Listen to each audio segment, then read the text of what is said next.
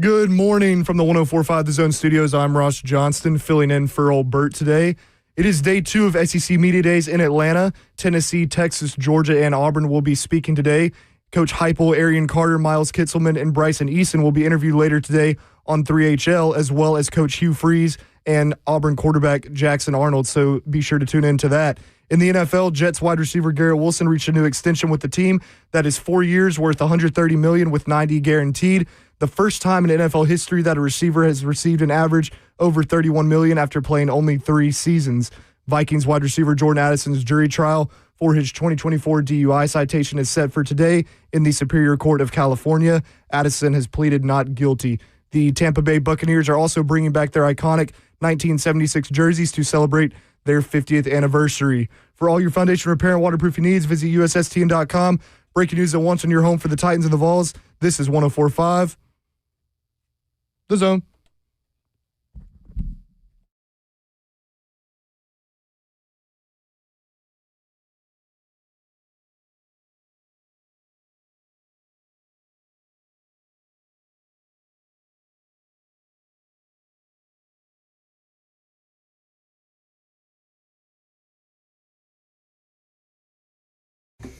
This Tuesday is already a disaster from a show standpoint, and we are going to see if you can't survive in advance here with us. Lucas is in Brazil. Robert called me at 6 a.m. this morning while I was working out and said, I think I'm sick. I can't come in.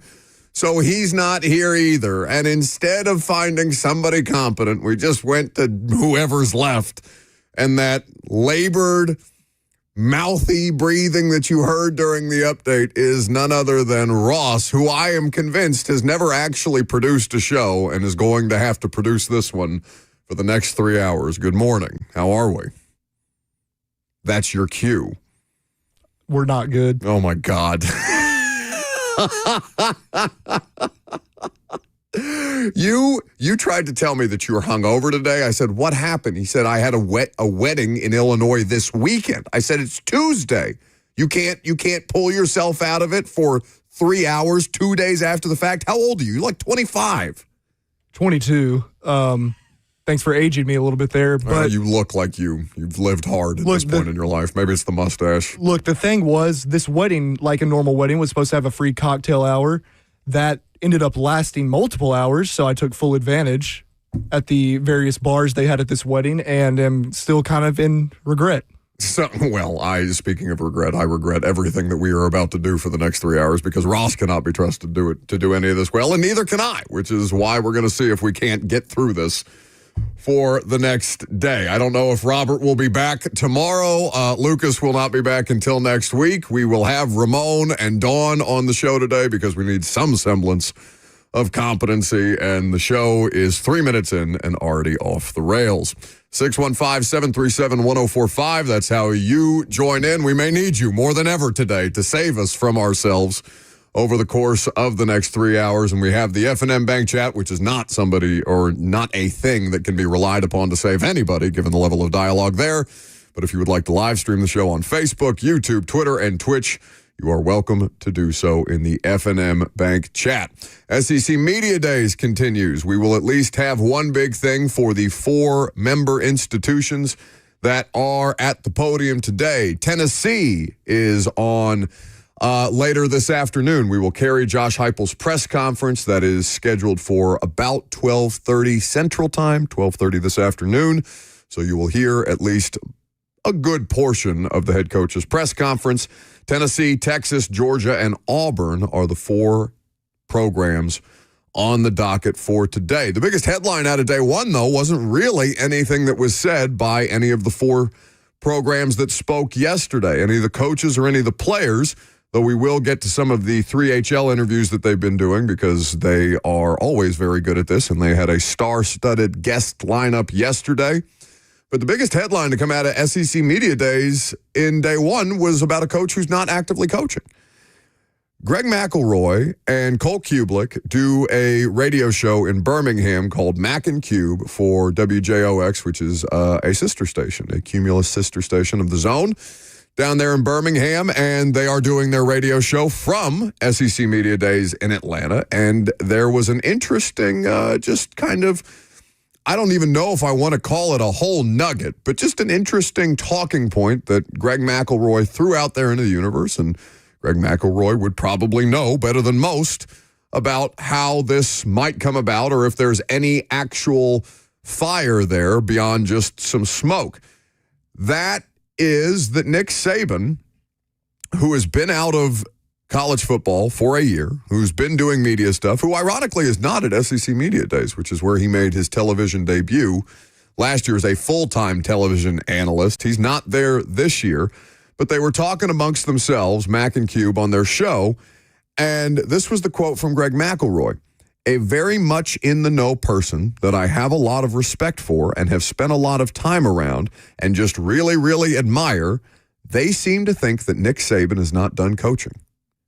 He's pretty adamant that he thinks Nick Saban will be coaching again.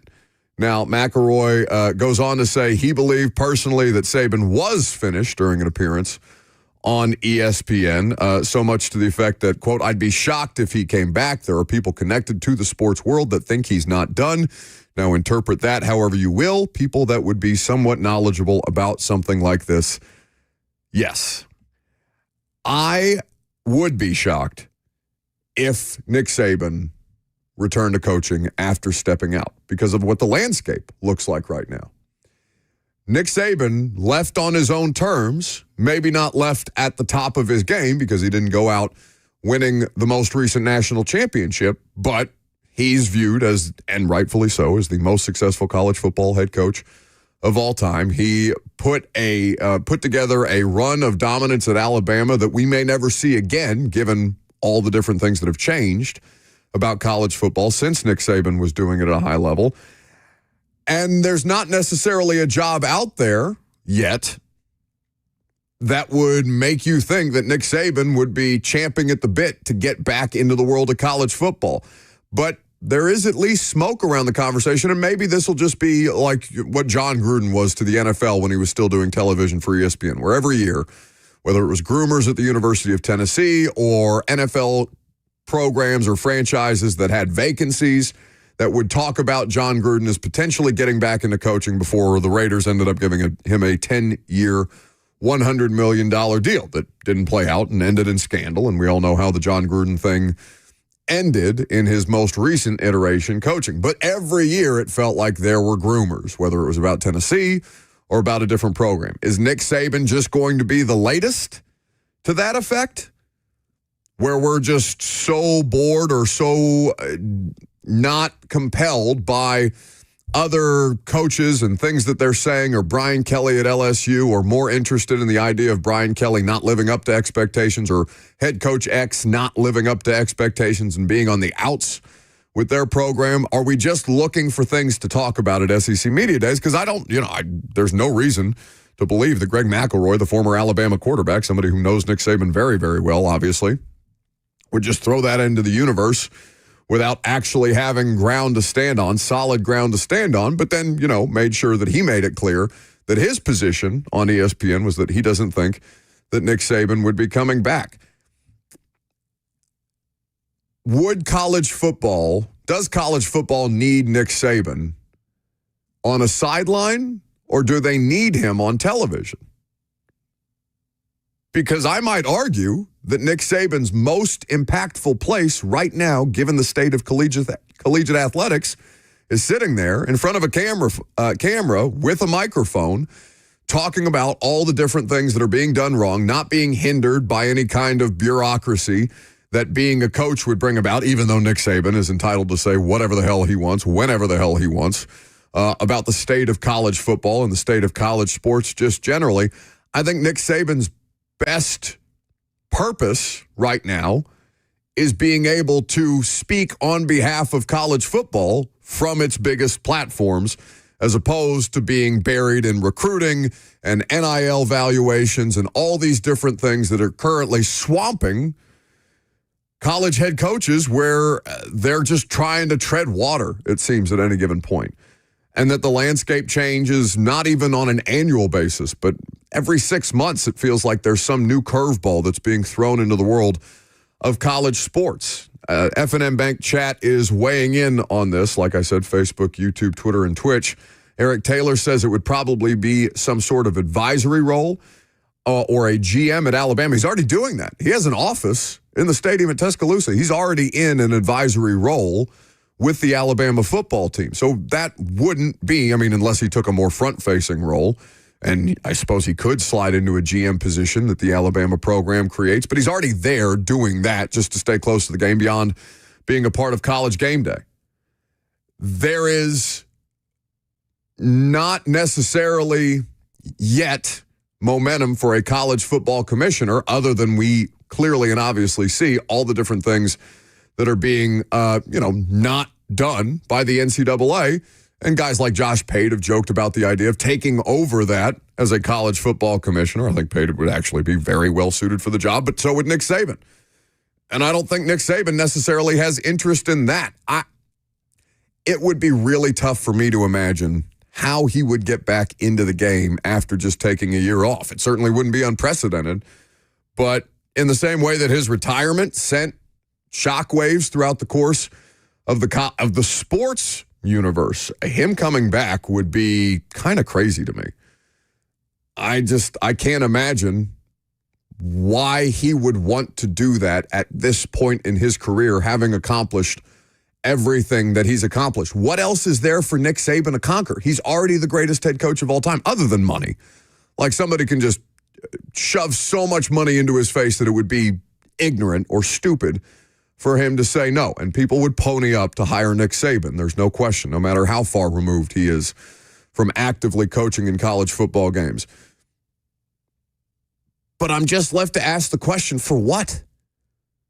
There's no real sense to it, other than he misses the day-to-day, the granular level of football that he would be involved in running a program again. But I just think he can be around that stuff as much as he wants to be or needs to be, and he's already got an office in Tuscaloosa. What more could this man possibly want? So it doesn't sound like there's any clear momentum on that. Obviously, ahead of the 2025 college football season, could that be a thing in 26? I suppose we'll just have to wait to see. Ramon Foster is going to hang out with us in studio. Coming up next, we're also going to do one big thing about Georgia and Auburn on the second day of SEC Media Days. A quick reminder that 3HL is, of course, in Atlanta for SEC Media Days. Ross, can you be trusted to tell me who's on 3HL today? Or are you going to have to look scared at Joseph to your, what is that? That would be to your right? And ask him who's on 3HL today as opposed to you being competent. You want it right now? I do. They will have all of Tennessee's people, which is Josh Heupel, Arian Carter, Miles Kitzelman, and Bryson Eason. And then they are getting Hugh Freeze and Jackson Arnold from Auburn. If you listen to the update at the top of the hour, you would have known that. Patricia on YouTube is alleging that hungover Ross sounds the same as everyday Ross. So are you just hungover every day, or are you incapable of vocal variation? The latter. I would say the answer to both is yes. 3HL is in Atlanta for SEC Media Days. Obviously, you can tune in all week long as they'll be broadcasting live and hear all the latest SEC news during 4 days of special interviews and conversations that you just won't get anywhere else. The SEC Media Day coverage is sponsored by Bryan Motorsports and Medical House Calls. For more info and a schedule of interviews, visit 1045thezone.com/events. Ramon Foster is next.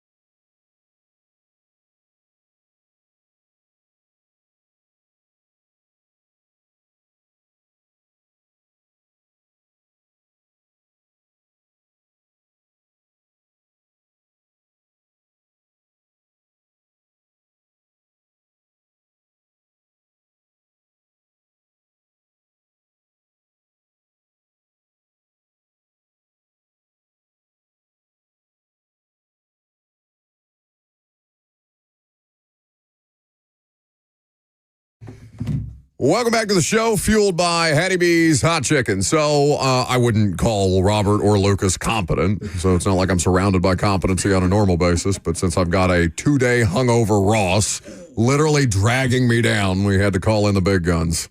What? Ramon Foster, Ramon and Will, 6 to 10 a.m. It is Tennessee Day at SEC Media Day, so the big fella has lent his time and talents to us to make sure that we can survive through this day without the idiots that normally prop me up. I've just got different idiots propping me up today. What's happening? Man, y'all look like I had a blast this weekend, though. Did you enjoy it? Oh, at the WWE? Yeah. Oh, yeah, we had a great time. It's a good time, yeah, man. I wasn't sure, certainly, about the clientele at WWE events, and I'm still not certain about the clientele at WWE events. But I thought it was a great show. Like, I'm not one of these people that's going to be compelled to like. I started getting tweets now that we said we were going to WWE event, like people asking me, "What'd you think of last night's Raw?" I was like, As a kid, I was deeply into wrestling. Oh my gosh! But they used to have the Memphis circuit. Man, they used to come and do like the local, high schools and stuff like that. I used to love it. I had so many autographs, man, that I lost and stuff like that growing up. But I absolutely loved wrestling, and it's just gotten, I guess, more. It's evolved way more than when my life got busier, going to college and trying to make sure I was successful in life type stuff. So I kind of lost it a little bit, man. I know I lost it all, to be quite honest. I don't follow it as much. No, I had no idea what was going on. I just had Robert just blacked out of his mind giving me running commentary. Really giving the entire section running commentary on who was jumping into the ring, who is, against who, what this drama that was kicked up between Jake Paul, or rather Logan Paul and Jelly Roll, was setting up for SummerSlam, like all the different things. He is the definition of a male soap opera fan. Well, so it was fun to be able to witness that with him. Oh, yeah. Something for everybody. Oh, no, man. Listen, I'm the weird one here because with as much, I don't know that I've been to an event that had that many people at Bridgestone Arena in it. You know what I'm saying? They pack it out. It's a different world. I tell this story. I've said it a couple times, but like one of the best events I've ever been to besides the Super Bowl was WrestleMania. It was WrestleMania at MetLife Stadium in New York City, also as Jersey, I guess, but in the New York vicinity. Yeah, that thing, that wasteland, the Meadowlands across the river. That's not New York. It was by far, though, Buck, by far the most exciting, entertaining, just surprising event I think I've ever seen live like that. Like opening day for NFL it's sweet. The NFL rolls it out. You got to admit, like you might see Goodell roll in town. You'll see anybody roll in town for these big events. The stars and everything come out. But WrestleMania, it's top 3 for me. I'll be quite honest with you. And one of them was, my top 3 is probably one of them me playing in the Super Bowl. Like, that's how high WrestleMania is up for me. I absolutely love it. And it seems pretty cool, though. But I'd love to see Burt in his element. Maybe next time you go with us. Maybe I get an invite. SummerSlam, right? SummerSlam. Yeah. Where is SummerSlam this year? I'm not sure, but I know one of the main things they're getting here when the stadiums get done is it WrestleMania? I think so. They are trying to attract WrestleMania when they finish the new Titan Stadium in 2027. Have you ridden past it? The new stadium? Yeah. Oh, every day. Okay, I didn't know you go that route. No, I'm over there in Germantown. Oh, okay. Yeah, so I don't know why I thought you was like north of the city a little bit. No, I'm a little. I mean, I'm right there by the Kroger off Rosa Parks. All right, for sure. Yeah. I'm giving out 2 minutes. I've been to your house before. Yeah, you've been to the house. You've been to the palatial rising estate. not Hendersonville living, baby. It's all right over there. I can't keep saying humble Hendersonville no more, man. Out north. Out north. That's what everybody say here. They're directional. Where you at? I'm out south, That's out right. east, out west. Yeah, it's crazy. But so I don't go across the Jefferson Street Bridge every day, but I do. My car washes over there, so I'll scurry over to East Nashville every once in a while. And yeah, the new stadium is now officially taller than the old Nissan Stadium, but it's important to remember that the new the field will be at street level, and I think Nissan Stadium, the playing surface is like 50 or 60, maybe more feet below street level. So the steel of the new stadium, has now eclipsed the existing structure. It's going to be impressive. It's going to be a really impressive thing. I just hope they set up the way the SoFi was. It's a city underneath. You saw it when we went out there. It is insane how they logistically set that up for buses to go underneath, and it's his own little world underneath the stadium. But that's side talk, bud. Well, I mean, this is talking season, so nothing wrong with a little side talk, but we are in the middle of SEC Media Days, and since we sent Lucas to Brazil to get an update on his Brazilian butt lift, we figured that we might as well make him do some... What do you mean? It's getting bigger. We went to lunch with him the other day, and I'm telling you, these khaki shorts he had on were fighting for their life. For their life. They're going to have billboard advertisements. I refuse to believe that it's real. Get out. And he don't even work out like that. No, he don't work out like that. He came in here limping the other day. I was like, what's wrong with you? He goes, I'm trying to do squats. I go, 1, for what? 2, what? How are you getting a bum ankle off squatting? Like, what are you doing that's causing your 29-year-old body to fall apart at the seams? But that's neither here nor there. The larger point is that it's SEC Media Days. Tennessee, I know you and Will have talked about this a great deal. You and I have talked about this just kind of tangentially. But what is a successful season for the University of Tennessee in 2025, given all the mitigating circumstances around it? Man, I would say I throw a number as far as 8 games. Have to be able to get a minimum, I think. If they go 7, we had Stephen Godfrey on earlier, and he was like, if you don't have the season you're supposed to, that doesn't mean that it's a failure of a season or you going back to the old ways where it's like Butch Jones and Derek Dooley and all those types of things, man. He said this is a build-up for 26, 27, and beyond, because if you look at the way they've recruited, everything is in place. If this is a season that goes backwards for the Vols, you know the reason why. The spring had one of the most abrupt departures of any player, I think, in any program, with Nico Iamaleava leaving. So there's a built-in reason why if the Vols do retract back. I think success for them is if you're capable of getting 8+ wins, and you throw in the fact that you have competent quarterback play to where you got to make a decision moving forward. Joey Aguilar's gone. All right, whatever money was spent on him, that just is what it is. But you have a hard decision to be made as it pertains to Jake Merklinger, George McIntyre, and Faison Brandon next year.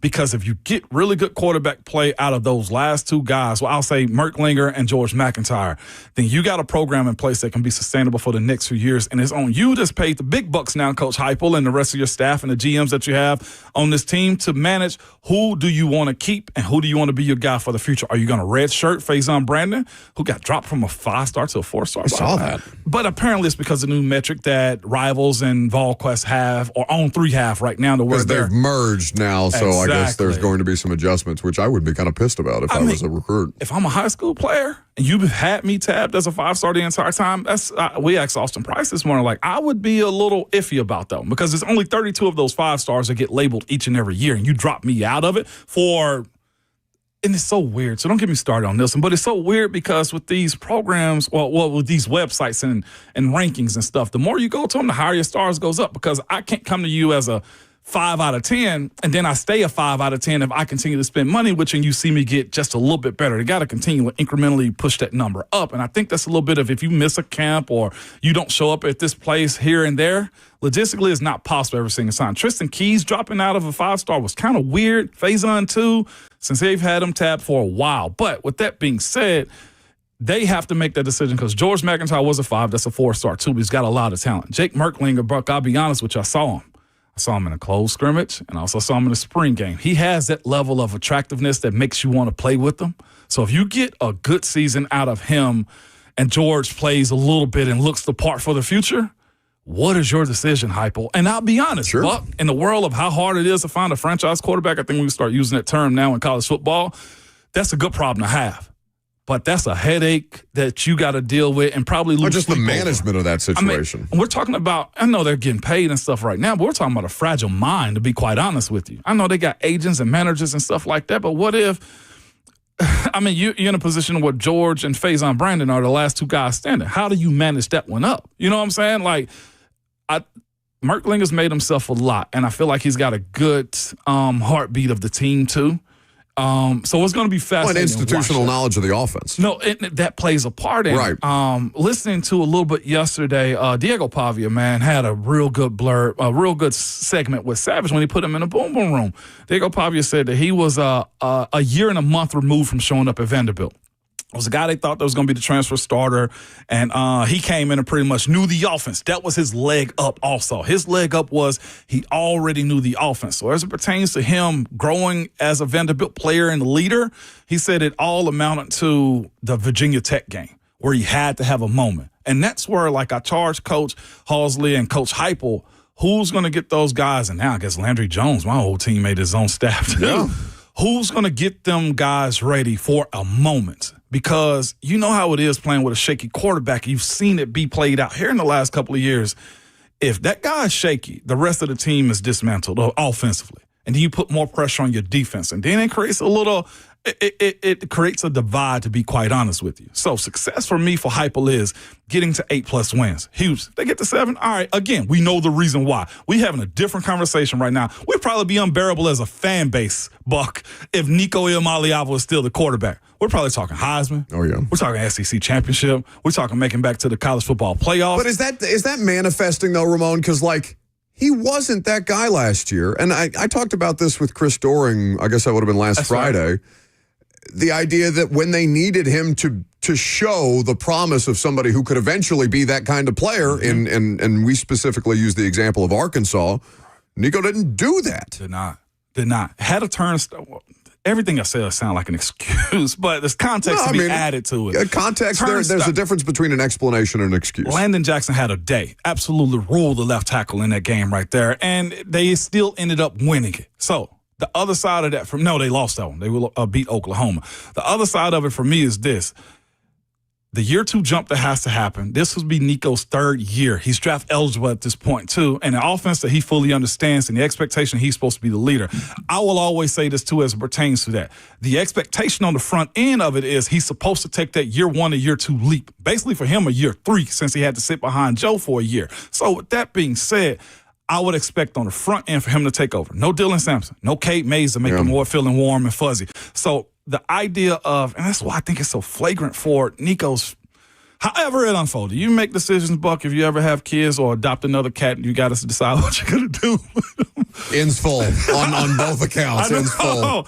But, like, this is the plan that you got to stick by sometimes, especially if you're the sitting starter, that I'll play my role, and I thought that's what Nico did last year. Let Dylan Sampson do his thing, the guys that are in front of him eat and earn. That next year is my show.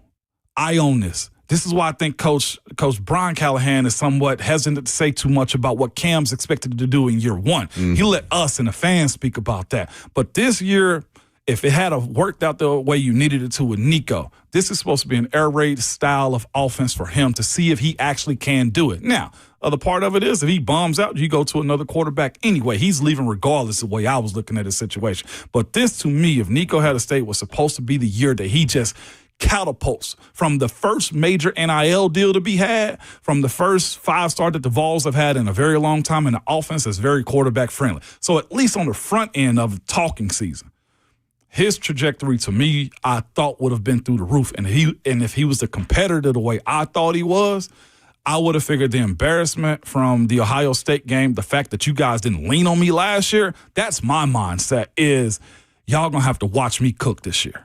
And we don't get an opportunity to see that.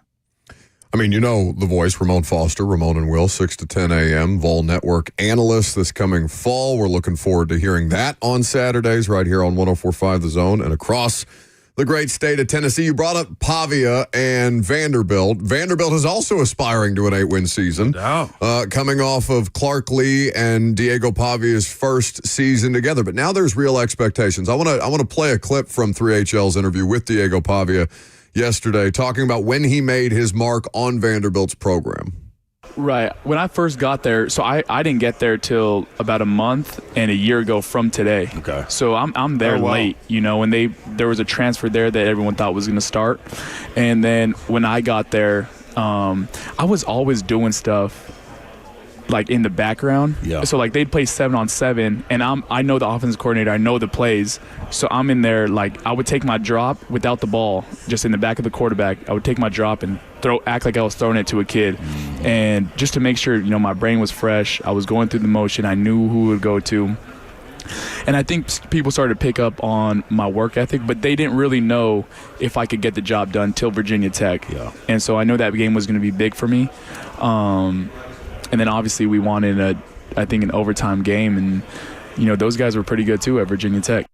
So you brought that clip up earlier, and again, you can check out that full interview in 3HL's podcast. I'm sure it will be on YouTube, or you can check out the full replay from yesterday if it is not individually available on YouTube. Ramon, you referenced that clip. Pavia is talking a lot, and last year, based on who he was and what he brought to that program, beyond what they were able to do around him, that's real. But now Vanderbilt, it's crazy to say, Vanderbilt has legit expectations, and he's trying to raise the bar for them, which is admirable. I love the fact that he's trying to manifest it into existence. I just wonder what's realistic based on the degree of difficulty. And I wonder who's more likely to win 8 games in 2025, Tennessee or Vandy. I think I'm going to go Tennessee on that one, because here's the thing about Vandy. Vanderbilt still has I ain't going to say ways to go, because the SEC it's almost every weekend. I had to cut that off real quick. Sure. Almost any weekend you can get got. Look at the teams at the way they're playing. And Diego Pavia is at a point right now, I feel like it's all or nothing for him in his career. As far as their wins and losses, stack up this year, I point to their offensive coordinator and their head coach. How much exposure are you going to allow Diego Pavia to have this year, as far as his body on the line, as far as his ability to make plays and extend plays? Because the excitement that they had and how they went about last year was through his body, legitimately, on his shoulders, and by the end of the season, he got beat up. I'll take an example of the way we had in Pittsburgh. We knew that, like, Le'Veon was probably on the back end of, like, either a new contract or we're not going to have him anymore. And you know what the mindset was, man? And it sucks for running backs at almost any level in that. Run them into the ground. Because it's the idea that if we're going to be good, it's I remember watching DeMarco Murray with the Cowboys this last year before he ended up going to Philly for a hot second and then coming here via trade. But their mindset was get as much as we can out of him. Now, Coach Clark Lee has a real decision to be made, because I feel like their wins, it's obvious. They move as Diego Pavia moves. And I think that's on the football field too. But the SEC is a very physical league. Football in general is physical. But now that they know what he is as a football player, you'd be a fool to try to let him embarrass you on a Saturday in the fall. And that's the issue I feel like Vanderbilt has to deal with. You're no longer shocking anybody. The expectation that you can beat anybody simply because of one game. That's the Alabama game. So as a coach, Buck, if you Clark, do you close the door with your coaches and say, if we're going to do it, we're going to have to sacrifice a body? And that's got to be Diego Pavia at this point, or add wrinkles to your offense, to be quite honest with you, where you weren't triple option or something like that. What's the wrinkle in the offense besides him? Because there's going to be an adjustment, obviously, on defenses. They know exactly what Vanderbilt's going to do. So you're going to have to do that. The answer may be some combination of they're going to have to do both. Yeah. I don't think necessarily in a situation like Vandy's that it has to be one or the other, but I do I do get that conversation. Those conversations are real. They happen all the time, no matter what level of football you're talking about, but certainly now where there is money associated with the college football players, you have to make a decision, and that may not be in the best interest of the longevity of the player, even though you know that his longevity with your program is done after this year. Absolutely. The two of them together, Clark Lee and Pavia, they're not the most interesting people in the SEC this year, but just they're such a science experiment. It is, because for me in that university, the Vanderbilt University, it is this. Like, Clark Lee's at a point of, I think he's a legacy guy. I don't think he's going anywhere, no matter what, in my personal opinion. So you look at that and say, is Diego Pavia's type in high school somewhere? Is he at Boise State? Is he at Toledo? Is he at Eastern Michigan? Because you can find another one of them, you can sustain this style of ball that you're attempting to play. Some high-flying young guy that's going to drag everybody else with him. And that's the thing I feel like that Vanderbilt's dealt with. I don't want to disrespect those guys by saying they don't have the confidence to play in the SEC. But when you're not recruiting like Alabama, Georgia, Texas, Tennessee, in-state, right? You got to have something special. And to your point earlier, too, I always like to, as far as like beating a guy to death in the football, like nowadays, if you do go find that type like Diego Pavia or others at the end of the season, like, you guys beat them to hell. Well, guess what? Always use the Dom Draper from Mad Men. That's what the money's for. That's it for Vandy. How much more are they going to pour into their NIL? And does, to your point, this system of a Diego Pavia type work. Like I look at a Shador Sanders type for Vanderbilt. Not exactly, but you got to have somebody with some, as the kids like to say, some charisma, some riz. Like that's the difference for them to continue to build that up. Because they haven't had anybody like that I can remember in the last, certainly not in the last decade of football. And that's no shade on guys like Jordan Matthews or Kari Blossingame, different positions, right? Guys who have made it as pros coming out of Andy's program. But it's just, it felt like he put them collectively on his shoulders, both literally and metaphorically speaking, and said, all right, boys, we can do this, and then showed them a couple of different times that they were capable of doing it. What that looks like in 2025 remains to be seen. He is Ramon Foster. See how easy that was to do a competent radio segment? See how easy that was, Ross? Well, I have a bird update if you are intrigued. A bird update or a Bert? He does update? do birds, too, now. He got a bird watching camera. You have a bird watching camera? I don't know where Ramon pulled that one from. Bert does. I thought he was doing birds. Yeah. You got birds, too? We've got birds and Berts. His inability to articulate whilst being 2 days hungover is not going to be successful for 3 hours of radio. Give me your Robert Walsh update. He has bronchitis. So is that from the cigarettes, the mold in his house? Probably a combination of everything he's been ingesting lately. Bronchitis. So do I have to do the rest of the week wuthout him? Is bronchitis like a long-term thing? Is he going to get the hell over it by tomorrow? I'll probably be seeing you tomorrow. Yeah. No, he's going to say he down for a little bit. Be quite honest with you. I think he's lying. I think he doesn't want to be here because it's more work for him when Lucas isn't here, and he's just decided, you know what, bleep you. You're going to California at the end of the week. I don't know you anything. Just going to make a few calls at 6:30 in the morning. And the two of them, the fact that the fact that the two of them, their employment viability relies upon me, and they just are nowhere to be found when I actually need them. Hey, dog. Now we got Ramon working extra too today. I know. At least you're a good teammate. Buck, anytime you need me, man. Straight up. Well, dog. I may call you tomorrow. They make your job hard, man. Everybody wants to blame you. No, that's all right. That's I'm Diego Pavia, baby. Put it on my shoulders. Dirty shoulders. That's how we get it done. Thanks for hanging out, big fella. Man, anytime. What in sports made you say, oh no, do I have things to give away? Are you competent enough to figure out the nebulous prize bucket? You do, and I will let you know during the break. That's not how that works. You need to tell me right now so I can tease it and people will call. Nashville SC tickets. All right, very good. How hard was that? 615-737-1045 is like pulling teeth around here. Tell me what in sports made you say, oh no, maybe it's the show for the rest of the week, and we will send you to a Nashville SC game here in the very near future. I'm Buck Rising. It's 1045 The Zone.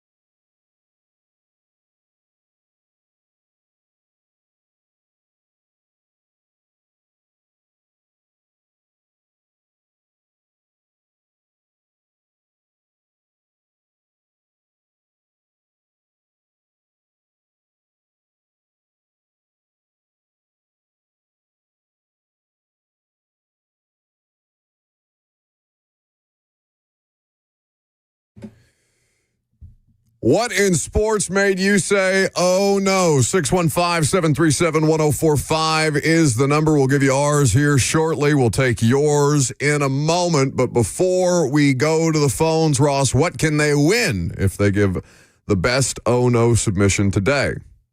Yes, let's pull this up real quick. Why don't we? You told me you were ready literally during the commercial break. Chance to win 4 tickets to see Nashville SC host Columbus tomorrow night at Geodis Park, plus a family 4-pack of tickets to the Williamson County Fair and a $100 a moment's peace salon and day spa gift card. I know it's what?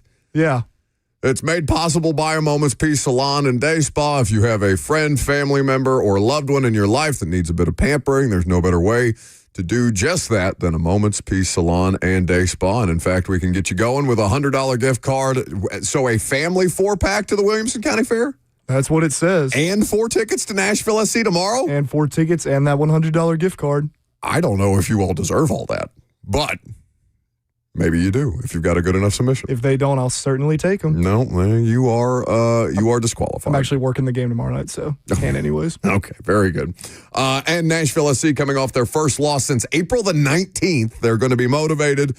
They're going to be at home. Columbus, we will see how that plays out. But that's a hell of a prize pack for you guys. 615-737-1045. Did you watch the Home Run Derby last night? I did not. I saw some tweets, though. So Cal Raleigh ended up winning the Home Run Derby. He was excellent. He outlasted Junior Caminero of the Tampa Bay Rays, their third baseman. But one of the most funny, and I mean, you laugh in retrospect. I don't know that it outright cost Junior Caminero the opportunity to win the Home Run Derby. But as you're watching it, the kid's name is Sam Musterer, who robbed Caminero of a home run as he leaped for a hard line drive at the left field wall, caught it as it was getting ready to be considered a home run, and said that he wasn't aware that he had robbed Caminero of that home run during the Home Run Derby after the fact. He's 17 years old. Obviously, you know that during the Home Run Derby, you got fans out there fielding for the Major League Baseball players, and to see him go out there, make a nice catch, nice play on the ball at the left field wall, but ended up robbing Caminero of a home run. It was just a small oh-no moment. It was an understandable, an innocent home run moment, but it was just enough to make you say, oh no, kid, what are you doing out there? 615-737-1045 is how you make your submissions. Ross, what made you say, oh no? My oh no was the Garrett Wilson contract extension. Now you might say, why would you say oh no to that? He just got paid. Well, he got paid to stay on the Jets for the next few years as a wide receiver. So therefore, I think his career is over. Yeah, doomed. Not over, but doomed for sure. He wanted out, or at least there were reports that he wanted out when Aaron Rodgers was still the quarterback. And maybe, I don't know, he believes in Justin Fields or he believes in Aaron Glenn, who's the new head coach there. But yeah, I mean, a long-term deal. If you have the opportunity to get off the Jets roster, I don't know a single, and I don't know, I wouldn't pretend to have talked to every player that I've covered over the last 9 years covering the Titans about where they would most want to play, if not for their current situation. But very rarely do you hear NFL players actively talking about wanting to play for the New York Jets. Aaron Rodgers was one of the first, honestly, that I can think of. Like, he sought out the Jets, when he was going through. Yeah, but process. they made a whole deal. They flew the entire contingent out on the PJ to California to meet with him. It was a whole recruiting process. The Jets were doing a lot of heavy lifting on that. And the Jets made Aaron Rodgers feel the most wanted, so maybe that's why he was also mutually interested there. But yeah, I mean, Garrett Wilson got paid, and I guess, like Ramon just said, that's what the money's for. But to do it for the Jets that's tough. Oh, no. 615-737-1045 is the number if you want to jump in. I also wanted to make sure that I pointed out they did count that home run that Sam Muster caught, even though it was technically not a home run. Had they been playing in a game, it wouldn't have been a home run. Thank you, Dylan Moore, for reminding me of that on YouTube. All right. Let's go to the phones. What in sports made you say, oh no, four tickets to the Williamson County Fair, 4 tickets to the Nashville SC game tomorrow night, and a $100 gift card to a Moment's Peace Salon and Day Spa. How about Aiden first? Hey, Buck, how are you? Good. What made me say, oh, no, is apparently the NCAA this morning is adding a rule in college football to where if the defensive line shifts to either the left or the right and the offensive lineman jumps, it is now a delay of game penalty on the defense. And I think that's the dumbest rule ever because it shouldn't be a penalty on the defense for that causes the offensive line to jump just simply because you're just trying to shift your line to the strong side or the weak side. I hadn't seen that, Aiden, but if that is true, I'll give me the opportunity to vet that. But that would be a pretty good submission. That seems a little gratuitous. Remember to stay on hold for the opportunity to win. Ross will contact you if we do pick you. John is next. Hey, Buck. Yo. Hey, I want to invoke my inner Stephen A. Smith for this comment, okay? Okay. Well, LeBron James and I are personal friends. We have broken bread together. We have washed each other's clothes. But Bronny James should not be in the NBA. And to say that he had a great game because he had 14 points is not make an NBA player. I heard one of my other brethren say that he has a chance to be an 8, 9, or 10 on an NBA team. I am sorry, LeBron, but that's just not right. Thank you. Thank you for the call. How would we grade John's Stephen A. impression? Could have been better. Not the worst I've ever heard. That's not the worst I've ever heard. I'd give it a 6.5. That's. I think that's fair. Bronny had 17 points last night against the Clippers. 17 points in 24 minutes. I think he was 6 of 10 from the field. Everything that he does is overcovered. It's because of who his dad is. It's not because of who he is, and I understand the frustration with that. Just summer league stats in general, like the Cooper Flag hype right now, and all these other things that are happening in the absence of, it's real basketball, but in the absence of the NBA regular season, it's tough. BJ is next. Hey, BJ. Hey, what's going on, man? What you got? What made me say, oh no, with Jazz Chisholm last night hitting 3 home runs in the Derby after begging to get in all season. Made a custom bat and everything and hit 3 home runs in front of the whole world, man.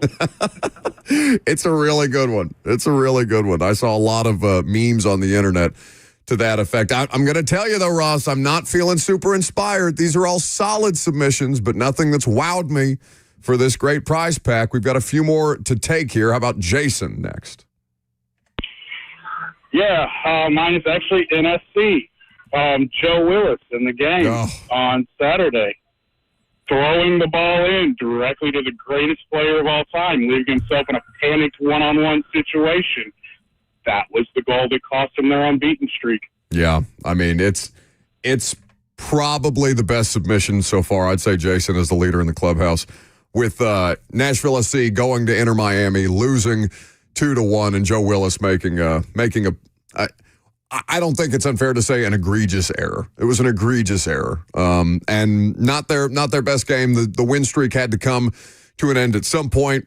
That's not a goal that you can allow, or that's not a goal that you can set yourself up to allow, and that's exactly what happened. I'm not going to lie, Joseph back here, I know he's not really a part of this technically, but he has a great submission. All right. And turn your microphone on. So I don't know if you saw the picture that came off of the Pacers-Bulls game last night. No. But Pacers Johnny Furphy, I think I'm pronouncing that. Yes. Over the Bulls Noah Esingwe. It's a really tough visual to articulate on the radio, but his face, it's the worst face you could probably made on a poster.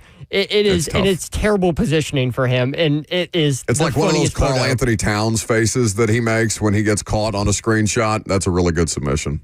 It's a picture he might never live down, despite how good his NBA career could be. No, he could be a Hall of Famer, and that image will follow him for the rest of his life. It's tough. DJ, let's get DJ in here. What last submission for Oh No?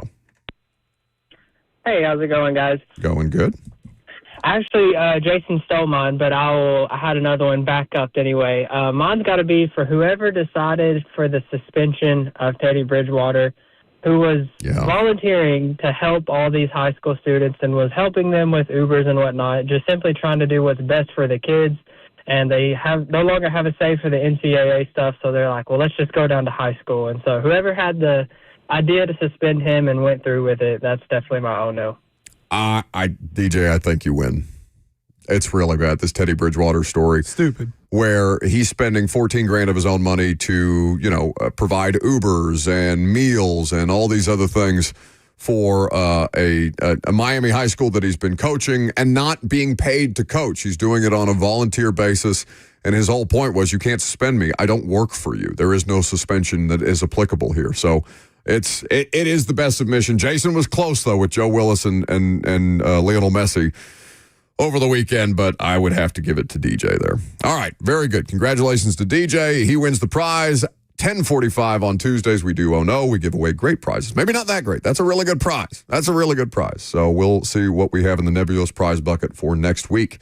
We've got contract holdouts and a new wide receiver deal. We'll talk about it coming up next.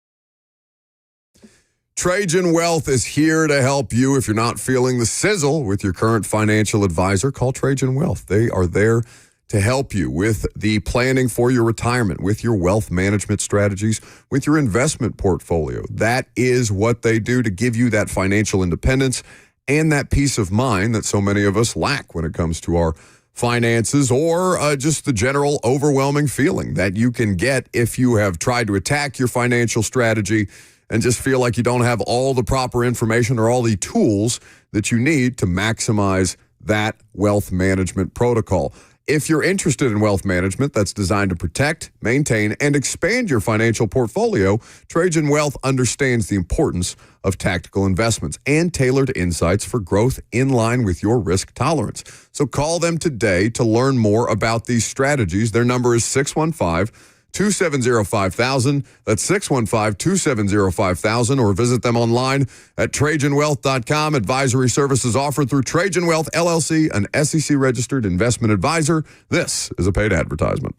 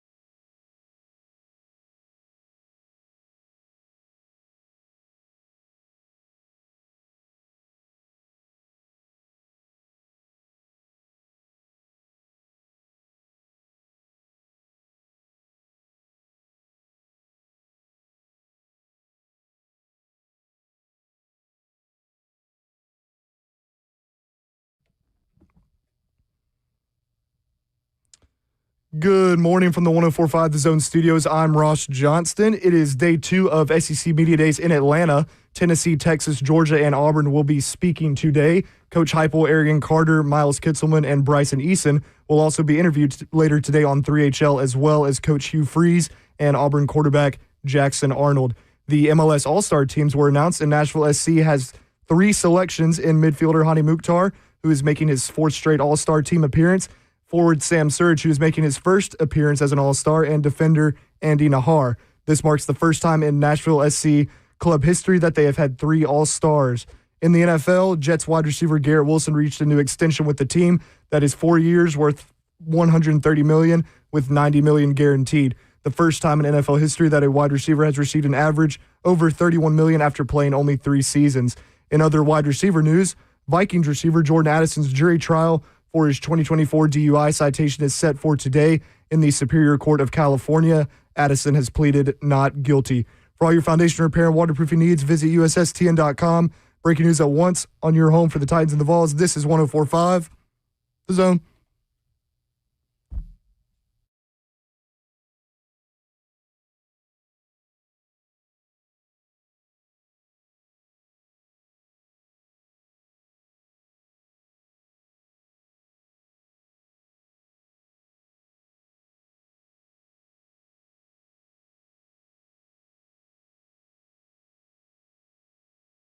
Second hour on this Tuesday. No Lucas, no Robert, just me and Ross hanging out here with you until 1 o'clock. Don't worry. Dawn Davenport will be here at noon. We'll carry Josh Heupel's press conference from SEC Media Days in Atlanta at 12:30 for you, and we have plenty of time in between to get to everything else that's going on today. We've got one big thing on all 4 SEC programs speaking at the podium today. That, of course, is Tennessee, Texas, Georgia, and Auburn. In fact, Kirby Smart has already been at the podium this morning, so we will hear what Lucas had to pre-record before we let him go to Brazil and take the week off, even though I know he's as angsty about missing SEC Media Days as anybody could possibly be. I do love to hear that Hani Mukhtar and Sam Surridge and Andy Nahar have all been named MLS All-Stars, as Ross just pointed out in his sports update. They are back in action tomorrow night at Geodis Park against the Columbus Crew. And I'd be curious to see how they respond after dropping that result to Inter Miami that ended the 15 unbeaten result streak and still hanging tough at the top of the standings in MLS. But some recognition, overdue recognition for a couple of Nashville SC players. So good on them for being named MLS All-Stars. I did mention that I wanted to talk about Juwan Jennings' contract holdout in San Francisco and also kind of touch on Garrett Wilson's new deal. But I think we have more time to do that. And since we are in the middle of SEC Media Days, we should probably use all these things that Lucas banked for us and talk about SEC Media Days. So where do you want to start? You want to start with Georgia? Or we want to start with Auburn? The Dogs. All right, let it roll. Well, give me like 2 seconds here. I think you can buy yourself some time. All right. Here's Lucas's preview of the Dogs. God, Ross.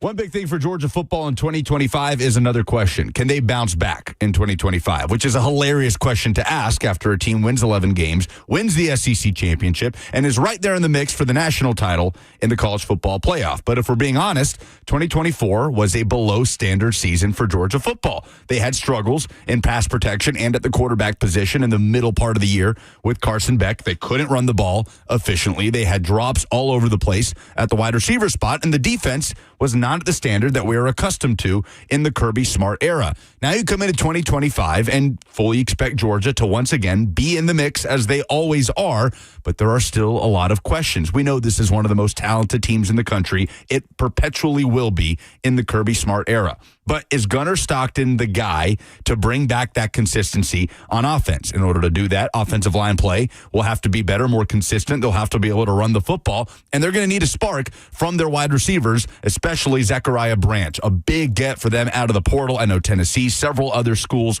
really pushed for the former USC receiver, former 5-star. He is a Georgia Bulldog. So they make those moves on the offensive side of the ball, and now they'll look to elevate back to the national championship discussion in 2025. This all revolves around Gunnar Stockton at quarterback to me. We saw him in the SEC championship come in, clean up for Carson Beck, throw a terrible interception, but in the end, hold things down and win the title. Can he be a difference maker for Georgia in 2025? And can the Bulldogs bounce back from a below-standard 11-win campaign? Imagine 11 wins being below your standard. Must be nice. So that's one big thing about the Georgia football program. Now, Kirby Smart has already spoken this morning, and he is still refusing to name Gunnar Stockton the starting quarterback, even though Gunnar Stockton is one of the 3 player representatives that Georgia took to SEC Media Days. So,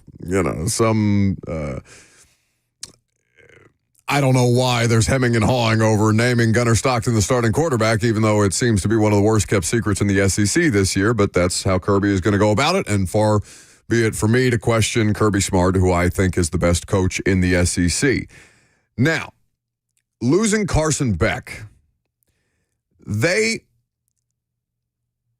it's a different situation from Nico, right? Because Nico had an ongoing contract or NIL valuation dispute where he was interested in trying to leverage his position for more money, and they ultimately didn't think he was worth more money. And Nico and his side made some poor decisions that saw him jettisoned from the program and now playing for a lost in the wilderness UCLA Big Ten team.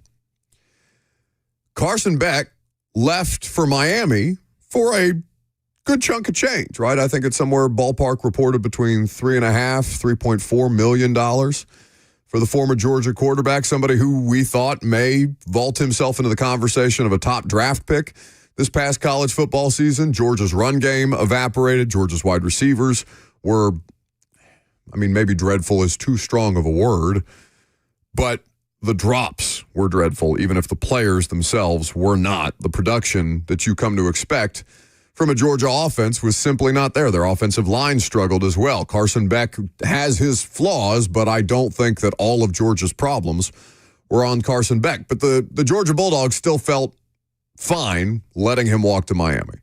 So they must have either, some degree of confidence in Gunnar Stockton that he can reasonably step into that role. They must also, feel a certain type of way about Carson Beck, being like, yeah, we're good, guys. We're good here. We don't need to see that anymore. We've seen just about as far as you can take us. We understand that it wasn't all your fault, but if somebody else wants to pay you $3.5 million to go play college football quarterback for them, then good luck, God bless, and enjoy Coral Gables. I guess it's not technically in South Beach, but you understand. They are going to be one of the more interesting contenders in the SEC this year, because I don't know if they wouldn't be picked third out of the top 3 projected SEC teams, where Texas, Alabama, and Georgia are all projected, or at least their win totals in Vegas are at 9.5 for the over-under. And I think of the 3 of those, we talked about it last week with Chris Doering. Lucas expanded on why he would pick Alabama to win the SEC in 2025. Georgia seems the most fragile is a bad word to use for that program, but they seem the most likely to fall short of that given the other 2 and what they're bringing to the table. Now, unknown at quarterback, if Gunnar Stockton comes out and is clearly and obviously the guy, I think they open their season against Marshall, and that won't be the toughest of competition, but once they're starting to get into SEC play, assuming that Gunnar Stockton is, in fact, the starting quarterback for that program, which, again, why wouldn't he be? I am curious to see whether or not Georgia is just kind of lurking in the background and is able to kind of show why Kirby Smart is the best coach in college football, the best coach in the SEC, certainly, and by extension, the best coach in college football, and whether he can't give Sark and Texas and what Kalen DeBoer is trying to build up at Alabama in year 2, despite winning 9 games last year and dealing with some less than ideal circumstances with the last-second departure of his offensive coordinator. I don't know why Kirby and the Bulldogs I do know why there are questions around them. I would not sleep on them, and I would not be so quick to pick one of the other two when we know that Georgia is capable of doing this on a year-in and year-out basis. We'll get to one big thing on Texas, on Tennessee, and on Auburn throughout the course of today's show. We are going to take a quick pivot into the Titans and talk about why I think the latest edge rusher rankings, according to ESPN, spell a nightmare scenario for young Cam Ward and this new-look Tennessee Titans offense. I'm Buck Rising. It's 104.5 The Zone.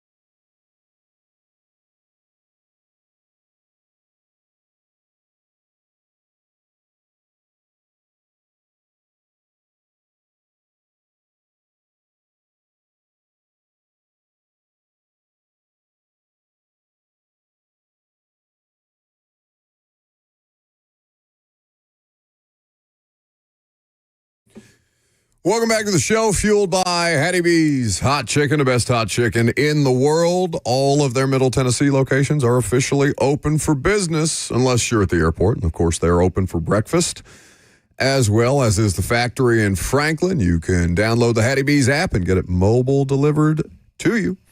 If you are so inclined, Hattie B's, HattieB.com for more information.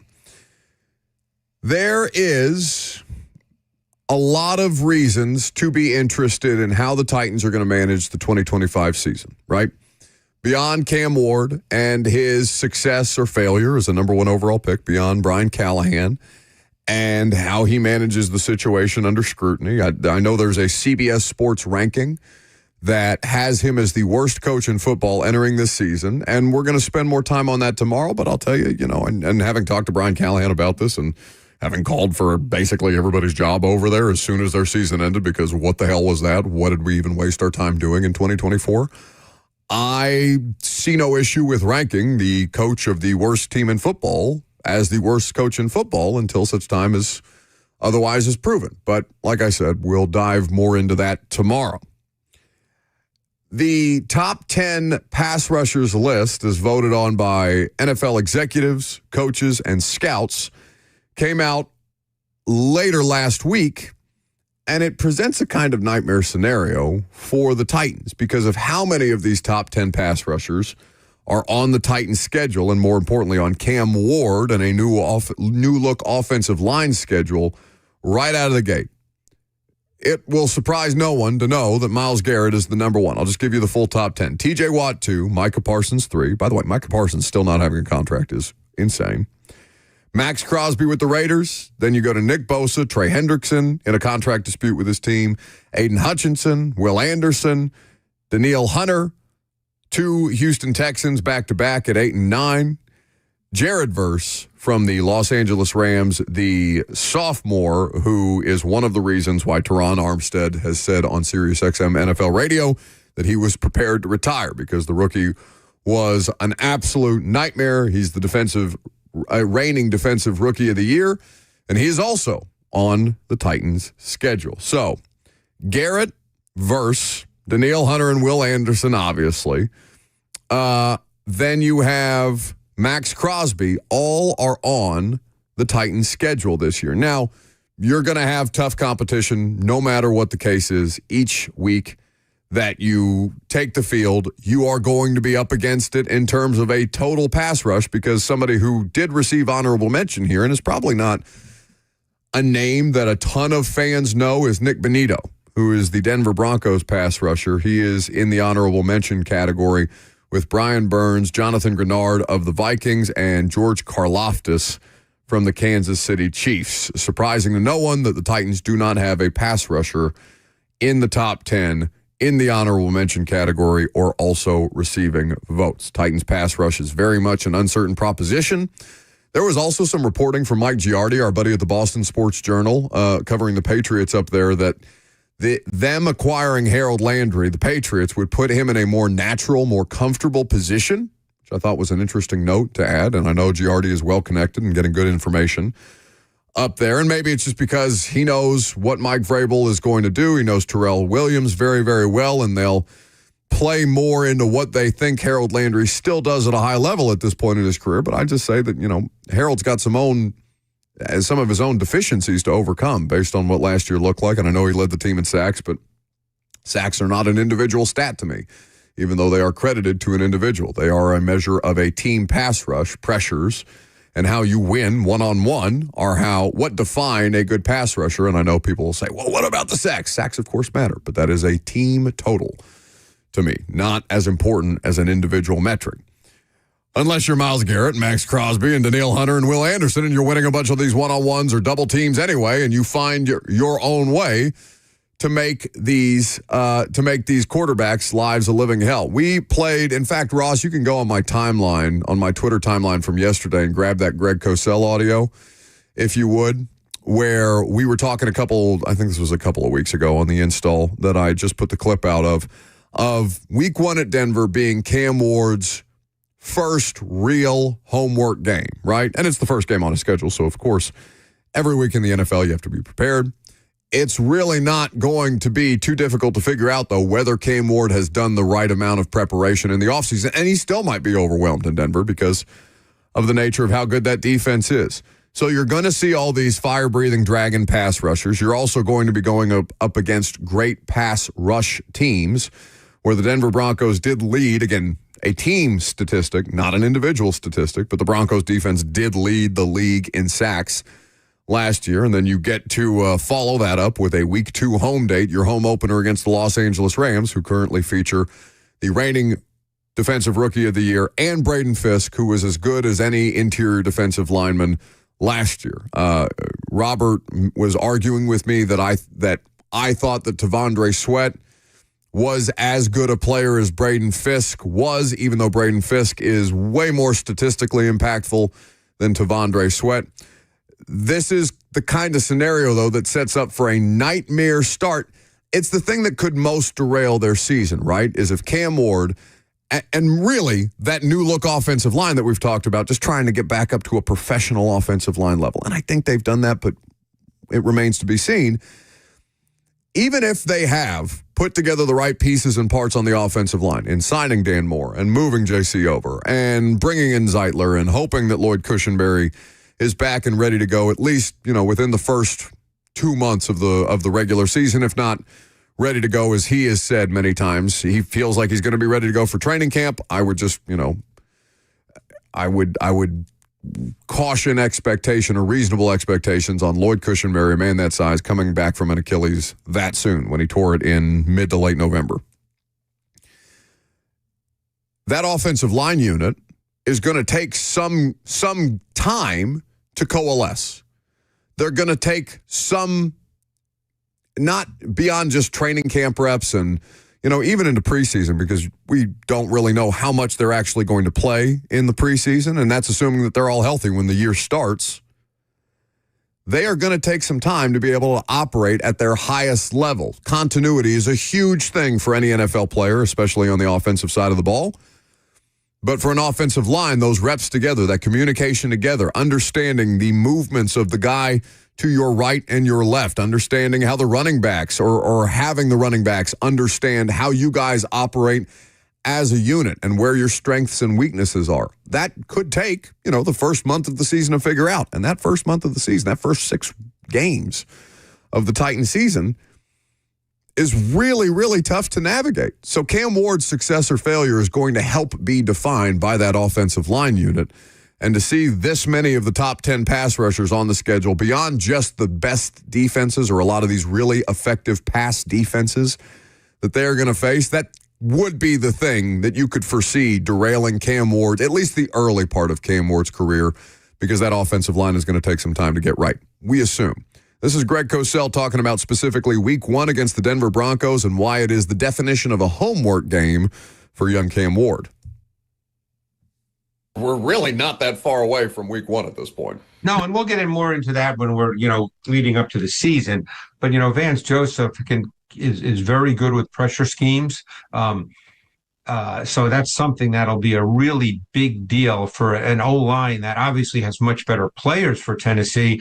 But until you really work together in games, it's different. And every coach will tell you that. I mean, they finish the offseason program. They'll go through training camp. We know Bill Callahan will be working really hard to get them prepared. He's been in the league a long time. He knows Vance Joseph really well. But still, they put tremendous stress on you mentally. That's the key thing. The Titans will be better physically on the O-line, but it's mentally. When you play a team like the Broncos Week 1, that's a homework game, Buck. That's a game where you really have to study all their pressure concepts, everything they do out of base, what do they do out of nickel, what do they do out of dime. That's where it really comes down. That's Greg Cosell on a recent episode of The Install with Greg Cosell of NFL Films. We'll have a new episode concluding our divisional previews. In fact, I think we've got the AFC South as the last division that we'll do on Thursday morning, and that will be available to you in your favorite podcast or streaming feed. Speaking of podcasting, you can stream and hang out on the 104.5 The Zone app. You can make sure to download all 4 shows at any given point and catch up with all the great interviews, for example, that 3HL is doing at SEC Media Days. You can subscribe to 1045 The Zone TV on YouTube, Facebook, Twitter, and Twitch if you are interested in live streaming any of the shows or any of the other original content that we're doing. It is very simple to hang out on your favorite podcast app or on Zone TV. All right. It is SEC Media Days. We have a bunch of SEC Media Days information in the bank because we wouldn't let Lucas go to Brazil without doing a little extra legwork on the front end. We've given you one big thing about the Georgia Bulldogs. Auburn, Texas, and Tennessee are all at the podium today. We're going to carry Josh Heupel's press conference, and Dawn Davenport will join us from Atlanta here in 30 minutes, less than 30 minutes from now. Let's hear one big thing on the Auburn Tigers, though, and potentially embattled head coach Hugh Freeze.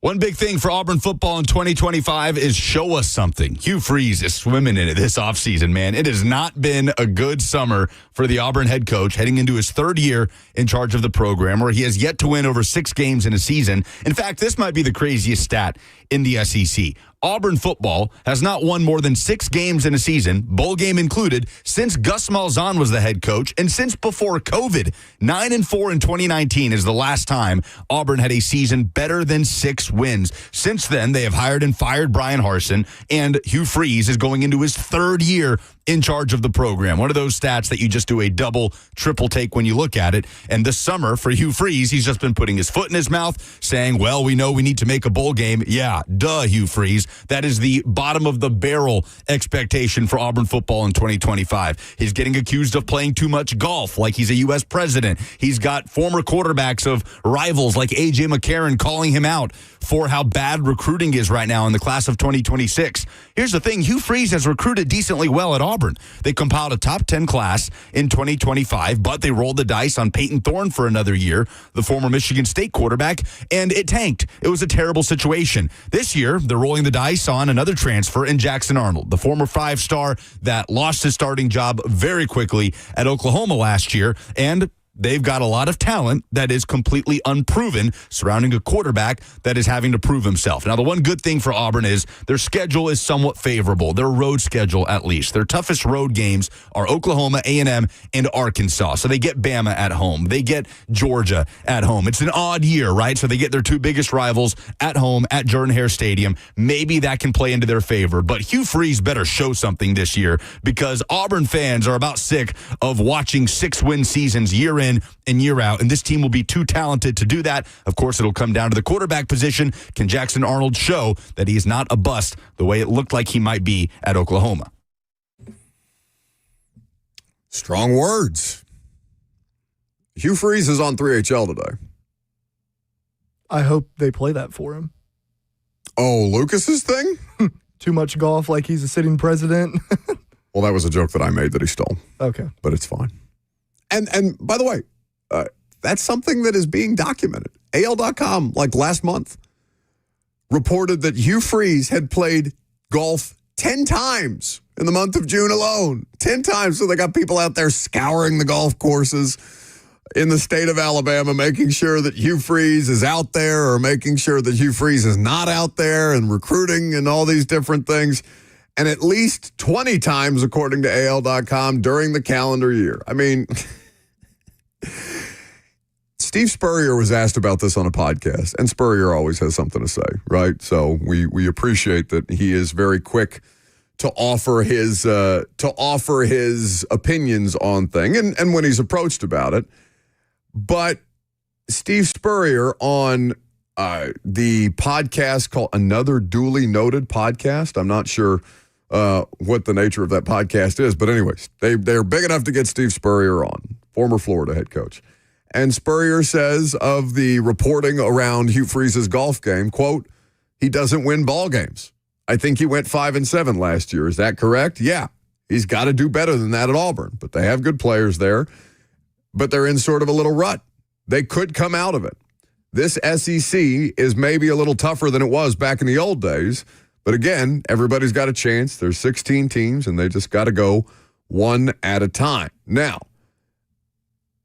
5-7 is not going to get it done at Auburn. Lucas pointed out how much that program has just generally struggled, and they thought that Hugh Freeze was going to be the guy to turn it around. Jackson Arnold is embattled, certainly, after losing his job at Oklahoma last year and then having to transfer it as a result. Auburn is one of these jobs where they win games that make you think they're making progress in the right direction, but then they will lose inexplicably to clearly and obvious less talented opponents and in head-scratching ways, and especially with as disjointed as the offensive product has looked, given who Hugh Freeze is and how his whole thing is supposed to be. He's going to help you as a quarterback manufacture offense. That was a big part of the reason that Malik Willis was as viable as a draft prospect as he was coming out of Liberty, understanding that that's not an NFL system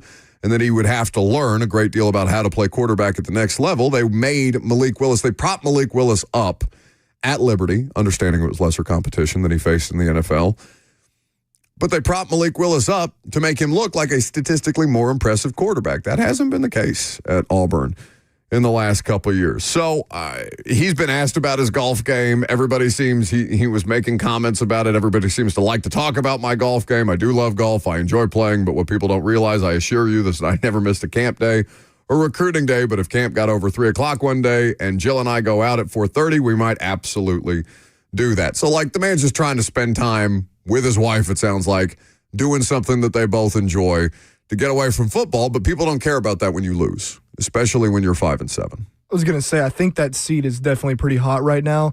Do you think it's win the Iron Bowl hot, or is it just, find a way to get 9 or 10 wins out of this football team? It depends. If Alabama's one of the teams favored to win the SEC, is that it could just be because that is the biggest rivalry in college football. Well, it should be Michigan-Ohio State. And I think there was a top 100 ranking to that effect last week on The Athletic where Michigan and Ohio State was 1. Iron Bowl would be 2.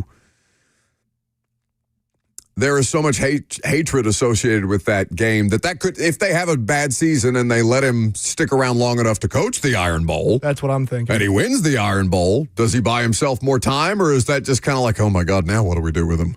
I would think they would give him another year. Say they're 6-5 going in that game, and they pull off a win. I think that would buy him another year probably, just considering how big the rivalry is and how much it means to everybody involved.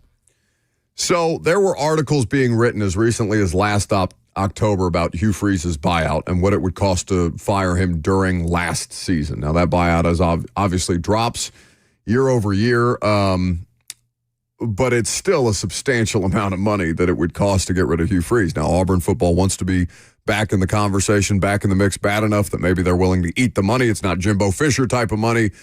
But this is, he feels to me like the most likely SEC coach to get fired. That's in a position of prominence. It's between him and Billy Napier. I would be surprised if Brian Kelly doesn't make the playoff, then he officially enters that kind of territory. I just don't think he's there yet after 3 seasons. He may be, depending on how the administrative powers that be feel in Baton Rouge about the entire situation. But it's between Hugh Freeze and Billy Napier to me as to who falls the most short of even menial expectations for their program in 2025 that ends up being the first coach fired in the SEC. I agree. I think, if it were me, and it's obviously not, but if it were me and Brian Kelly couldn't make the playoffs with that LSU team this year and kind of finish 9 wins or 8 wins, I would honestly want him gone. I don't know what the buyout is. They want him gone now. Yeah. They want him gone now. I think there's just two, he has he just has this thing where he just blames players a lot. I don't know if you've noticed. You remember the USC game, post-game, week 1 last year, where he did that whole little slam the table thing? Brian Kelly was Notre Dame's coach for a long, long time. I'm very familiar with the work of Brian Kelly. He is a politician first and foremost, which is, why he does things like open his SEC Media Days press conference with a 12-minute filibuster just to try and avoid any questions or to take any air out of questions that he might get asked. And all these different things, him trying to campaign in front of LSU fans, right? Famously, family and the whole thing. There's just something about Brian Kelly that, right, wrong, or indifferent, rubs people the wrong way, especially when you don't have the level of success that you're expected to have. Sam Pittman being brought up by the YouTube chat, also somebody to keep an eye on at Arkansas as far as the first coach in the SEC to be fired. But it does feel like the flames are a little higher around Hugh Freeze than they are either of the other two. Do you think Napier and Callahan are comparable situations in terms of, I know one's NFL, one's college, but guys who have not had good seasons last year at their respective But depending on quarterback play, could be how they stick around this season. I don't hate that as a parallel. I mean, to your point, we're talking about different levels of football, and I don't know, what's more unstable right now, the Florida administration or the Titans ownership group? I mean, I'm biased, but probably the Titans. It's not been great. I mean, just because they've been bad at it doesn't mean that they can't get it right this time, which is the line that I keep having to repeat to myself and to other people so that I'm not, knocking them just because they've sucked and been bad at this for the past 3 or 4 years. Man, I don't know who you trust less. That's tough. I just think probably the Titans. It's probably the Titans. I just think, though, both coaches, if their seasons aren't as great, but, Lagway and Ward show progress, it could, save their jobs theoretically. And Napier's thing that he's been able to lean on is that Florida still recruits at a reasonably high level, which is not something that Callahan has at his disposal, right? You just have as much money as the next team, and you have as much salary cap space as the next team. Whether or not you have the money in escrow to pay these players is a different conversation to be had, especially among small market teams. But that I don't hate that as a parallel. Look at you with an actually decent contribution to the radio show. 2 hours and 41 minutes in. No, not quite. 1 hour and 41 minutes in. My brain's just been all over the place the past few days, so there's a gym in there. You've been drunk. There's a gym in there every now and then. A gem, not a gym. Although that's probably in there too. All right. The most interesting thing in every NFL division. Let's take a look at the NFC South coming up next.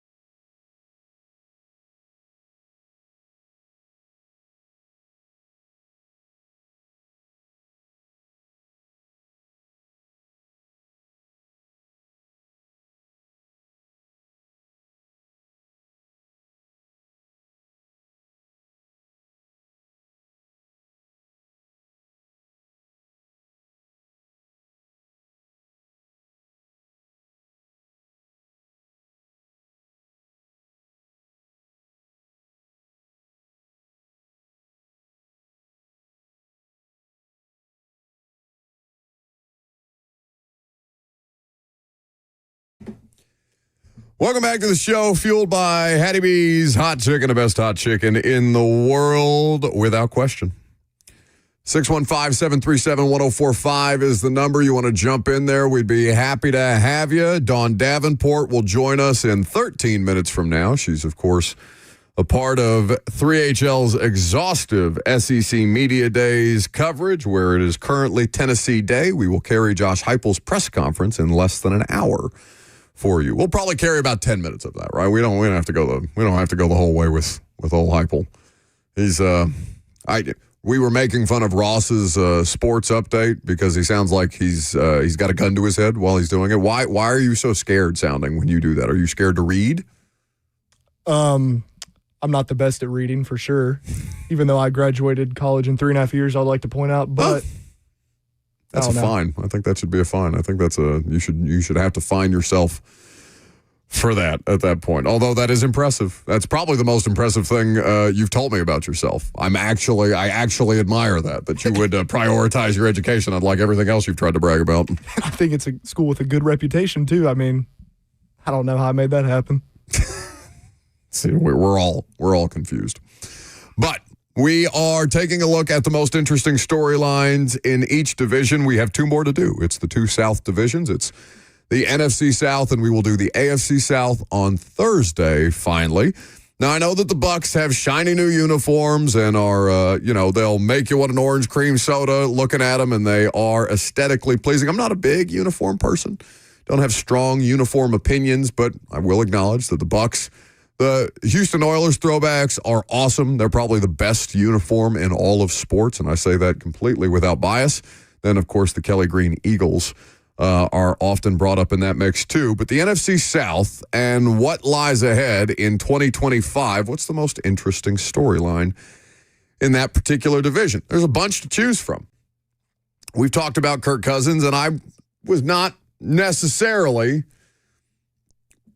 forgiving of Kirk Cousins' position that he had been asked about the situation with Michael Penix losing his job, getting brought in by Atlanta on a big money contract, then having Atlanta draft the number 8 overall pick at quarterback, and eventually losing his job to that number 8 overall pick, and that being documented in the Netflix quarterback series of which Kirk Cousins is featured again.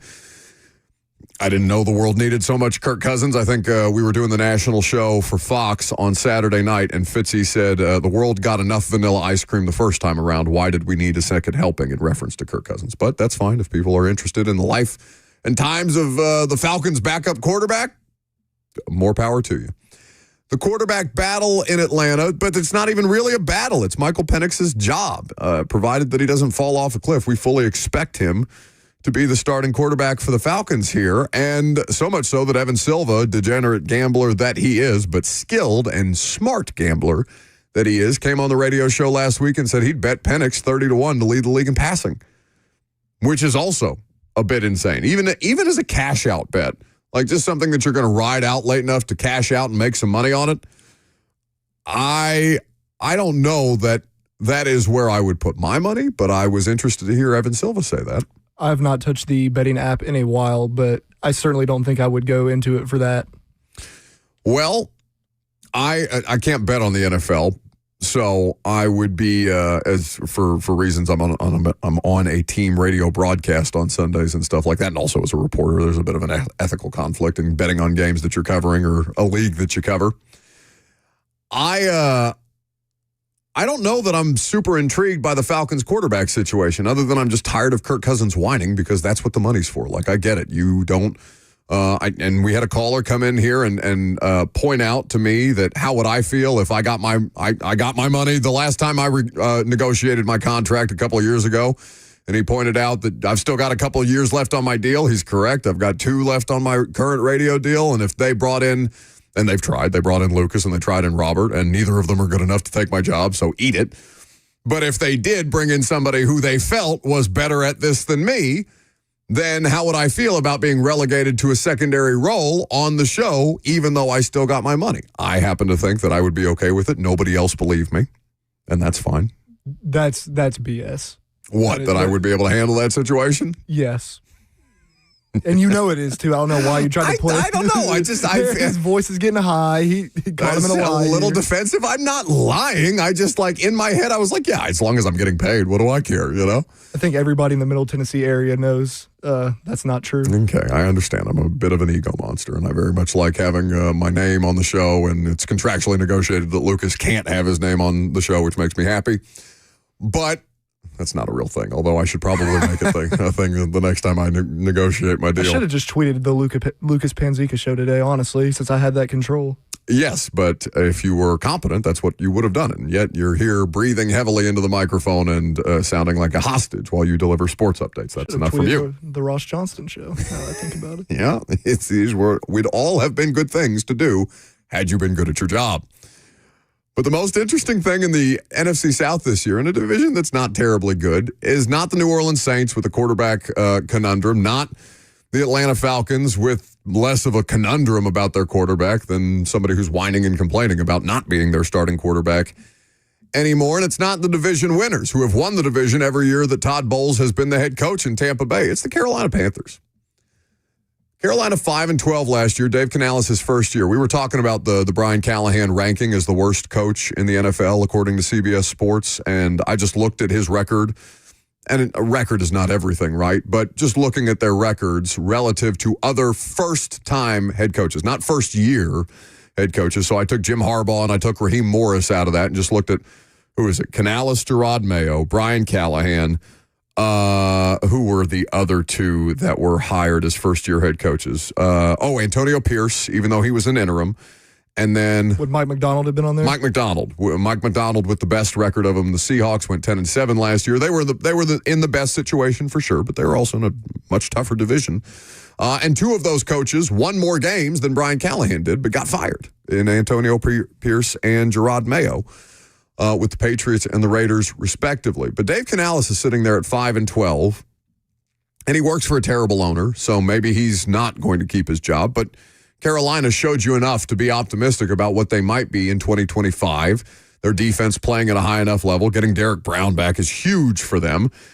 And the Bryce Young thing is still a huge question mark, but you at least saw signs of, all right, I remember now why that player was drafted to be the number 1 overall pick in the NFL at the most important position. Carolina is the most interesting team in that division to me.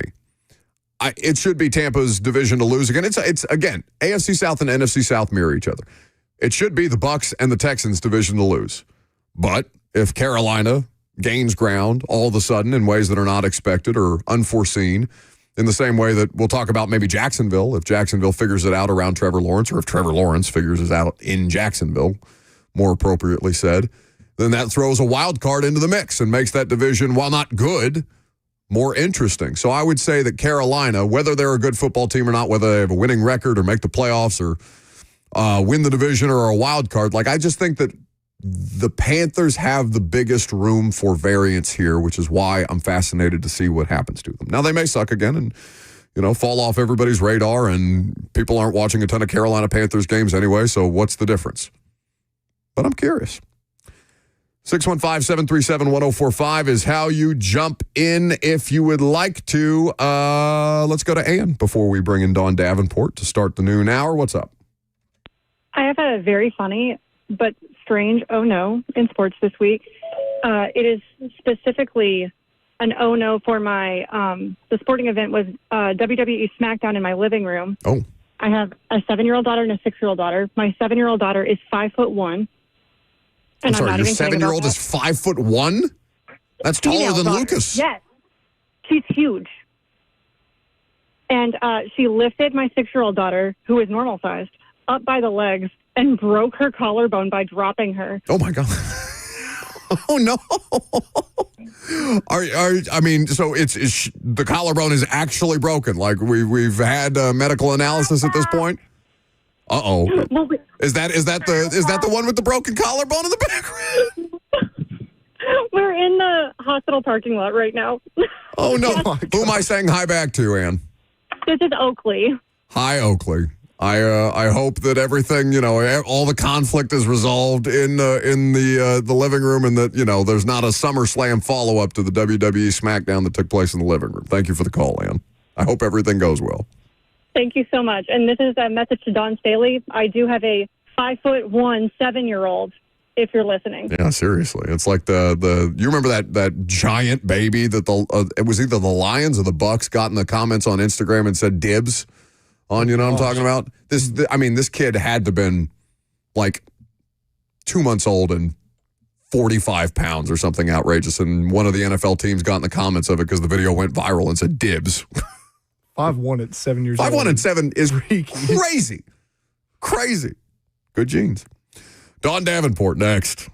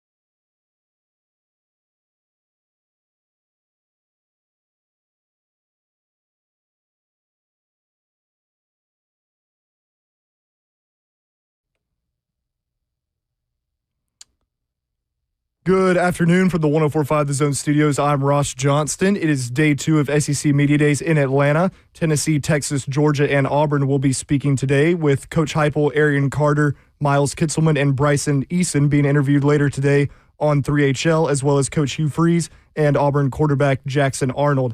The MLS All-Star teams were announced, and Nashville SC had 3 selections in midfielder Hani Mukhtar, who is making his 4th straight All-Star team appearance, forward Sam Surridge, who is making his first appearance, and defender Andy Nahar. This marks the first time Nashville SC has had 3 All-Stars in club history. In the NFL today, Jets wide receiver Garrett Wilson reached a new extension with the team that is 4 years worth $130 million with $90 million guaranteed. That marks the first time in NFL history that a wide receiver has received an average over $31 million after playing only 3 seasons. Another wide receiver, Vikings star Jordan Addison's jury trial for his 2024 DUI citation is set for today in the Superior Court of California, and Addison has pleaded not guilty. For all your foundation repair and waterproofing needs, visit USSTN.com. Breaking news at once on your home for the Titans and the Vols. This is 104.5 The Zone.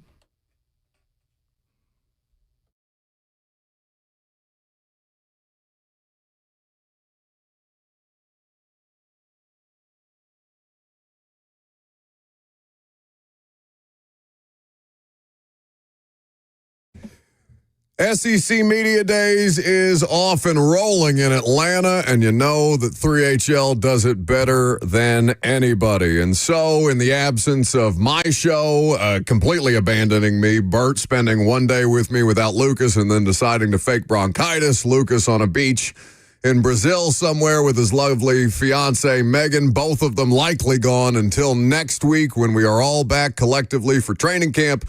We decided to outsource it and make sure that we got some level of competency back in the building. And so we go now live to Atlanta, where I think Dawn Davenport is there, but maybe the rest of 3HL as well. Who the hell is down there? Who am I talking to? Because I can't see any of you. Well, what the hell? It's 3HL. The whole crew. The whole gang is in effect. Yes. What's up, Buck? How are we living down there? How are things going with Slay's maneuverability on this hover round? I saw you have a custom vanity plate, which is shocking nobody. Are you wheeling into the press conference settings and asking questions from the hover round? How is this working? I'll tell you a really funny story.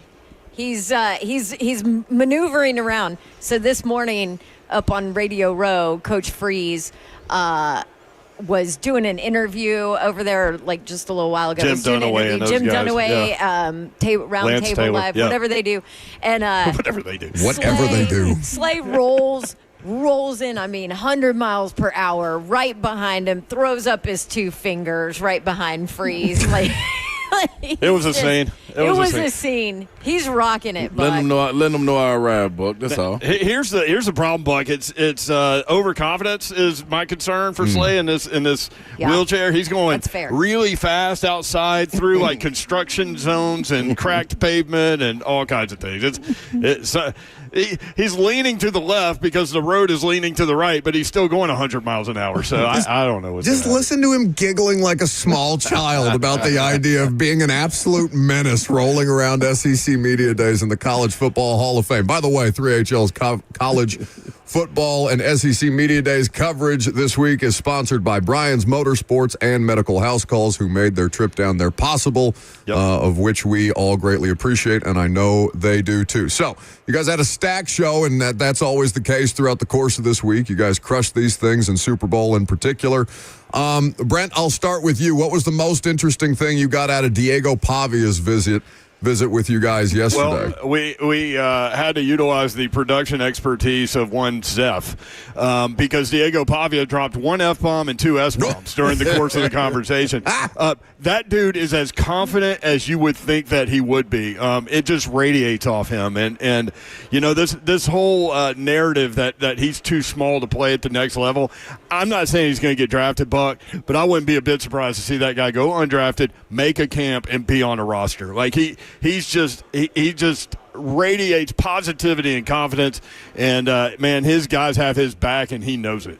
Don, I mean, he's a football player first and foremost, and the quarterback position is obviously where he's operating out of. But like, you talk to a lot of coaches. I don't know how much detail you've gone into this week or in the lead up to this coming college football season, but I wonder what people are saying about Diego Pavia and Clark Lee and Vanderbilt this year, because Ramon and I were talking about this, the idea of Tennessee aspiring to win 8 games in 2025, but so is Vandy, and Diego Pavia is not doing anything to downplay that hype.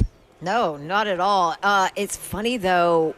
I mean, look at what their Vegas win total is still, what, 4? 4 or 5? 4.5. I mean, 4.5. So everybody's That's the second lowest in the SEC. I think Mississippi State is the lowest. That is true. Exactly, that is and true. that's fair. But maybe the Vanderbilt isn't fair. Now their schedule is tough, especially at the end of the schedule. But this is.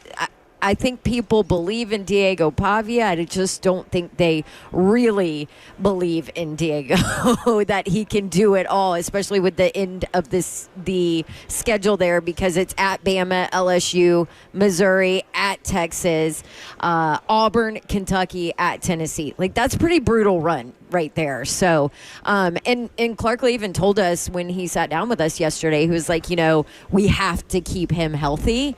There was a point where he was pretty beat up, and so that is our main thing. Like, we have got to keep him healthy. And listen, he's not big, Buck. I mean, I asked him the very last question when we had him. I was like, listen, how long have people been doubting you because of your size, and how long have people been saying you're too small to make it, to be successful?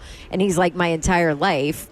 And brought up the whole NFL thing, and he was like, guess what they like in the NFL? Winners. I was like, okay, yeah, they do. So he's got the confidence, he's got that, but he is small, and that's a brutal schedule at the end, and if you don't keep him healthy and don't protect him, you're in trouble. Slay, though, he's going to come into Neyland this year, and he's going to run the state of Tennessee football, according to him. Yeah, and guess what, Buck? He's saying exactly what he should say. He's confident in doing that, and I believe he got his guys following him as well. Like that right there, he is a guy that, as a player on his team or as a teammate, I would most definitely follow. I would let him speak for the team. You can't take that away from him. He has that magnetic pull, whether it be coaches, whether it be media, whether it be teammates, whether it be opponents, whatever it is, you want to be around them. And everybody doesn't have that. So the belief of him thinking that he can go in there and do that doesn't strike me at all. But I will say, man, it's different when you get in there on game day. That's the only thing. Like, he's never experienced that, and it's been guys that play in big venues that come in there and say, wow, this is different. And I expect it to be different, especially with the defense that Tennessee's bringing back. Well, and Slay, I'll stay with you for a second. Just the idea of manifesting that energy, that kind of alpha mentality that he brought to the program, and what actual impact that can have on a locker room, whether it's basketball, football, Dawn volleyball, like whatever the case may be, where you are looking at one player who is trying to instill that belief and then pays it off throughout the course of the season, even though, you have the Georgia State result that keeps you from being an 8-win football team in your first year. Like, what is the actual impact of that on a group of players? It's huge. It gives you the belief that there really is no ceiling. Like, we had an opportunity not only to talk to him, but other players as well. And they believe, like, man, just get us the ball back. We hold them enough defensively. We're going to have, if Diego Pavia has the ball at the end of the game, we're going to win the game. Mm-hmm. And they believe in striking and not letting up off the gas. They got a guy. And honestly, man, I watched this in basketball with Florida, like the Coach Todd Golden, take on the personality of his players. I want to say, man, listening to Clark Lee, I know the competitor he is. I've been around him since high school, speaking of Clark Lee. But, man, what Diego oozes, this is the same thing Clark Lee is oozing out too, man. Like, he's confident a lot more. Like, this is the most, I don't want to say unbuttoned up. That's not the way. But relaxed and confident of him walking around. He was walking around joking like he was Lane Kiffin. Like, He seriously was. He was having a good time yesterday. Completely comfortable. Having a good time. Now, he knows what he has. It's also year 5 for him. So that too. And he is coming off a season where they upset the number 1 team in the country. Mm-hmm. So, I mean, that gives you a little bit extra personality, right? Yeah. I mean. Yeah, no question. We are it's a 3HL takeover here on the show. They are Coming down for your job, bud. Oh, please. You want to do 6 hours of radio? Is that what's happening here? Try your best, Babs. Come on down. You want a piece of this? I got you, girl. Listen, First of all, without Lucas and Robert, you can have the show, to be honest with you. You got it covered. I'm good for the day. We drank too much wine last night, Buck. We're powering 3 today. Drank too much. You sound like Ross. Ross came in today because Bert lied and said he had bronchitis and said, "Oh, I'm a little tired. I'm a little hungover from a wedding 2 days ago." Like the 3 of you are professionals and professional drinkers at this point, especially on these trips. Like I know the 3 of you can handle this. We've got you covered for sure. Coming up today, Buck. I know you didn't ask, but I'm going to throw this out there. Please. In the 3:20 segment, we're scheduled to visit with Tennessee players Arian Carter, Miles Kitzelman, Bryson Eason. During the 4 o'clock hour, at some point, Josh Heupel will join us. At 5 o'clock, it's Auburn time. Quarterback Jackson Arnold and head coach Hugh Freeze will hop on in that segment. And then Georgia linebacker C.J. Allen at 5:20. So that's what's coming up today. Tomorrow, we begin the show with Commissioner Sankey, and we'll go from there. But 3 of today's teams in the college football playoff, Tennessee, Texas, and Georgia. Auburn also here, Buck. And all of that made possible, even Dawn's angst, by Brian's Motorsports and Medical House Calls. Brent, what is the most important question Josh Heupel has to answer today, non-quarterback related? Non-quarterback related. I think, and Dawn, I think is gonna hit him with this. Just all of the production that was lost off of last year's team. Offensively, they have 109 players, Buck, on the roster, just 13 seniors. So they're going to need a lot of young guys that are highly recruited guys. Take, for example, the wide receiver room. You got Mike Matthews, number 9 wide receiver in the country, coming out of high school. Braylon Staley, number 15 wide receiver, coming out of high school. Travis Smith, number 13 wide receiver, coming out of high school. And then Chris Brazel, who was productive last year, is in that room. So that's just an example. Boo Carter moving to offense. Yep. I'm anxious to hear what he has to say about that. And then the running back position dramatically changes with Dylan Sampson gone and his almost 1,500 yards and 22 touchdowns. So Deshaun Bishop, Peyton Lewis, and then Star Thomas, a transfer from Duke, will get that run there. But, just kind of a young roster, and you said no quarterback talk, so there you go. Well, and obviously that's the thing that people are most invested in and interested in. But I'm so accustomed to Josh Heupel saying absolutely nothing while talking for 20 minutes at these things. And hell, Kirby Smart's not even naming Gunnar Stockton as starting quarterback, even though he's there. I don't know, Buck. I think we'll get some stuff out of Josh Heupel. He loves doing the show, and he loves Slay, and he loves doing the boom boom room. Like he's the guy that like he'll walk by and ask if he's going into the boom boom room. He can't wait to get into the boom boom room. Well, let me clarify that then by saying at the podium. I know you guys are going at the podium. At the podium. He is one of the least interesting coaches at the podium. It's funny because he doesn't talk about the big picture college football issues. Like he's not going to give you much there. Maybe he does this year. I don't know with the congressional stuff, but I don't think he's going to go there, really. He's not going to talk about Nico Iamaleava. Fortunately for us, we already had him at the UT Caravan and discussed that with him there, so we don't really need to do that. But he does have a quarterback battle. So it'll be interesting to see what goes on there. 3HL is hanging out with us. Well, they're hanging out in Atlanta, and they're kind enough to lend us some of their time. They've been very, very busy talking to all the important players, coaches, and individuals at SEC Media Days down in Atlanta. Their conversations will continue. You can check out all the great interviews that they do via the 3HL podcast and digitally after the fact. Dawn, is Hugh Freeze the most likely SEC coach to be fired this year? Hell no. Buck, are you sure? Listen, are you sure? You guys are just trolling. Who's trolling? No, Buck. He just said minutes ago on that podium that they will be in the college football playoff conversation. Oh, God. Okay, well, he set the bar. Yeah, no, that sounds like the setup for somebody who may get fired for not paying that off. Buck, I think there are 4 coaches there. I think Hugh Freeze is on that little warm seat list that you want to talk about. But he's not the most likely. Levy at Mississippi State. Mark Stoops is. Stoops at Kentucky and Pittman at Arkansas. Because I hate that too. I hate it too. We love Pittman, but I mean he hired He's his replacement. So I think those are the 4 guys, and I think Hugh Freeze is on that list. I have not great feelings towards Sam Pittman because I interviewed him after they drafted Isaiah Wilson here, and he glowed about them, and I thought that was just bold-faced lying the entire time. Buck, I followed up with him on that, And he kind of went the other way. He was shocked. He was absolutely. Yeah. He was shocked. Like he tried to reach out to him. He tried to help. He tried to. I mean, just FYI, because I was with you on it. Because I'm like, there's no way that your position coach can't know. But remember what we learned about that Sam Pittman was his guy at Georgia. That kept him doing what he needed to do and pushing him and all those. In the right spot. And so when he got drafted, Pittman said he tried to reach out to him and he didn't really talk to him much and didn't get much from him. So, he was without that Linus blanket, sort of, I guess. That's how I read that. So, just telling you. No, I think that's important context, and I appreciate all 3 of you being on the show and carrying me through this segment. The entire Tennessee contingent is on 3HL today, as well as many others. You just heard Brent give you the full schedule.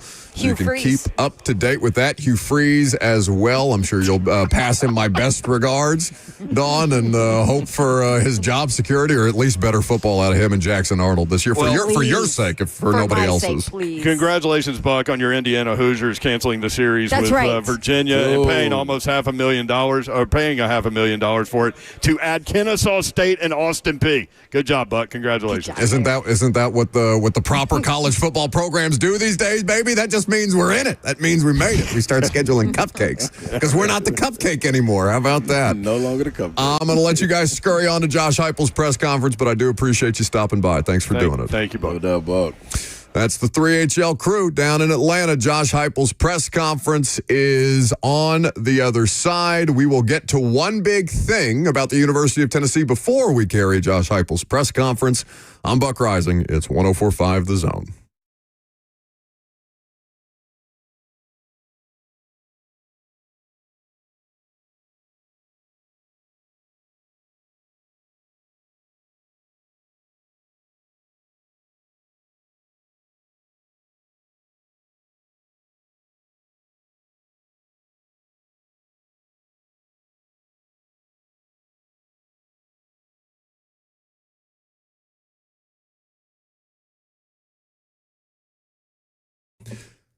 Lake lovers, listen up. Tennessee National Lakefront Resort Golf and Marina Community is releasing a brand new phase of lake lots, one day only, Saturday, July 26th. You can get a cottage package with a boat slip from $359,900, a 1.5 acre lake lot with a covered boat slip from just $99,900. Move-in ready homes with free upgraded outdoor kitchen. You can get them for $30,000 off. Private golf cart access to a new marina and resort, 10 miles of walking trails, 3.5 miles of shoreline, a brand new 26,000 square foot clubhouse, waterfront concerts, pickleball, pool, on-site coffee shop, and much more. Play on the lake or simply relax at the waterfront restaurant just over 20 minutes from Knoxville, Tennessee. Financing is available, so celebrate the lake life and make memories. This limited property release, Saturday, July 26th. Visit TennesseeNational.com or call 865-408-9992. That's 865-408-9992 to secure your private tour.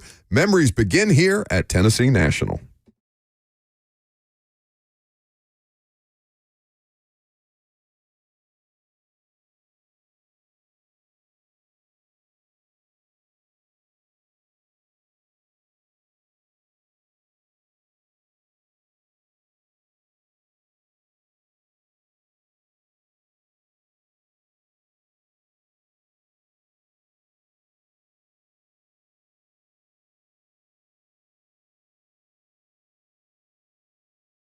Hattie B's Hot Chicken. You know we love them, and you will love all their great offerings, including the new menu item, Hattie B's Southern Salad, featuring mixed greens, sweet corn, and black-eyed pea succotash, crispy hardwood bacon, Tillamook Farm-style sharp cheddar cheese, and toasted cornbread croutons. That's right. It doesn't get any better. Beyond all the great offerings that you know they have, the classics, whether you are mild, medium, hot, or shut the cluck up, Hattie B's has something for everyone to enjoy. They have many, many locations across the country, not just here in Middle Tennessee, but you can check out any one of their Middle Tennessee locations. You can even download the Hattie B's app and get your Hattie B's hot chicken or whatever you would like mobile delivered to you, your home, your office. It's the lunch hour. I'm thinking about grilled chicken tenders. I have been all week long. In fact, Hattie B's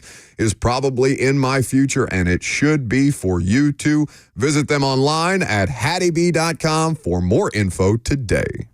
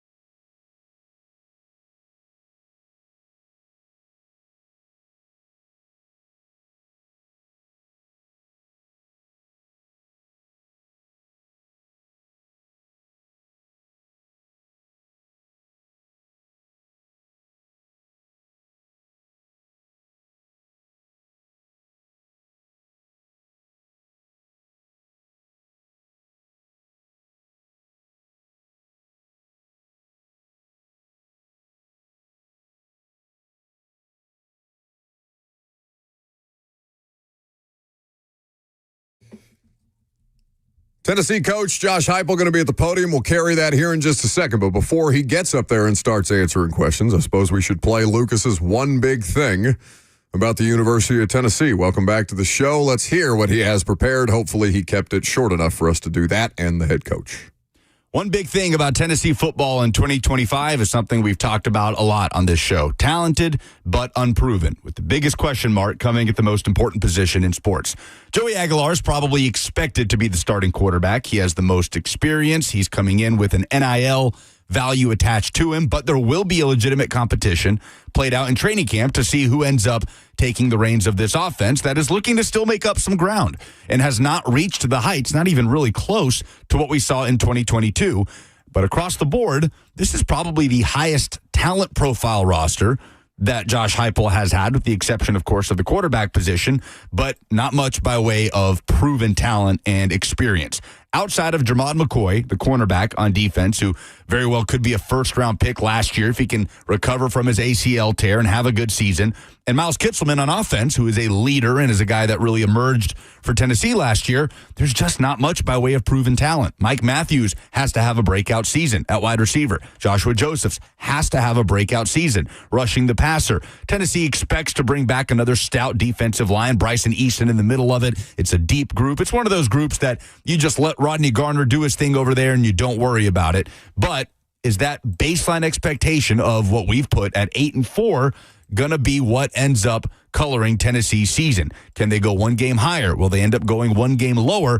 I'm fascinated to see how this season tests Josh Heupel's mettle as a head coach, finding different ways to win with, on many weeks, probably a talent disadvantage at the quarterback position, which you certainly did not have last year, or really even the year before that with Joe Milton when it came to pure talent, and obviously the year before that with Hendon Hooker.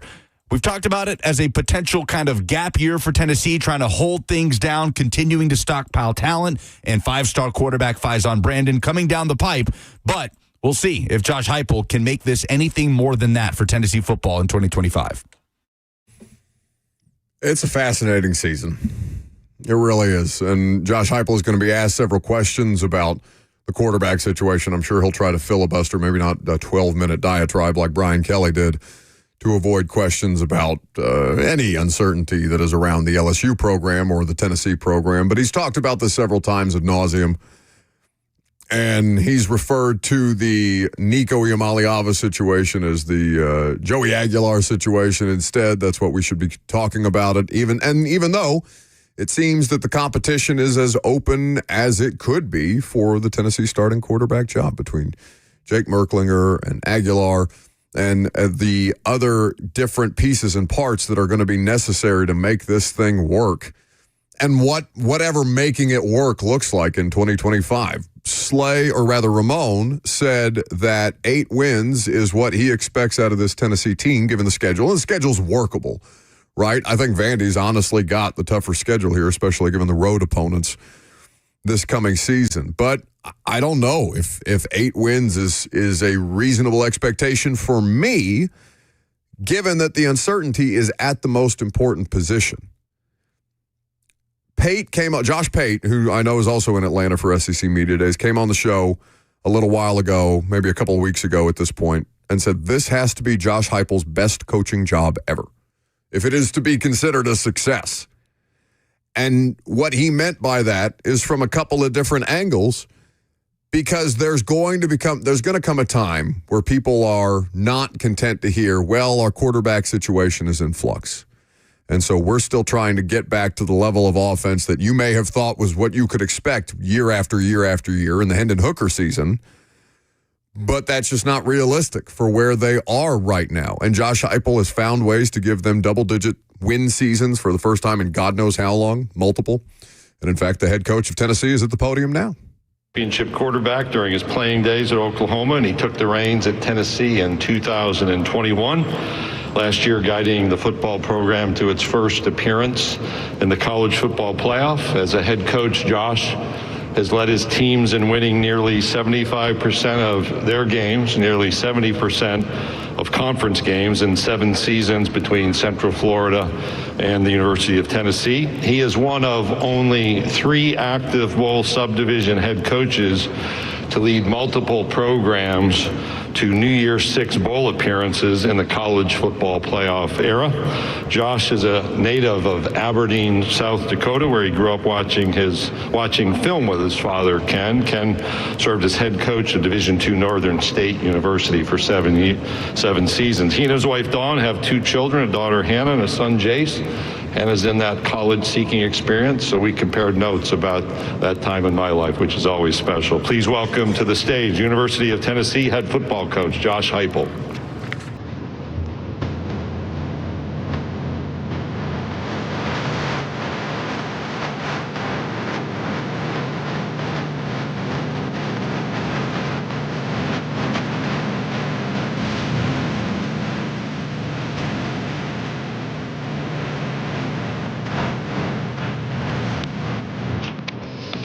Great to see everybody here today. Hope everybody had a great summer.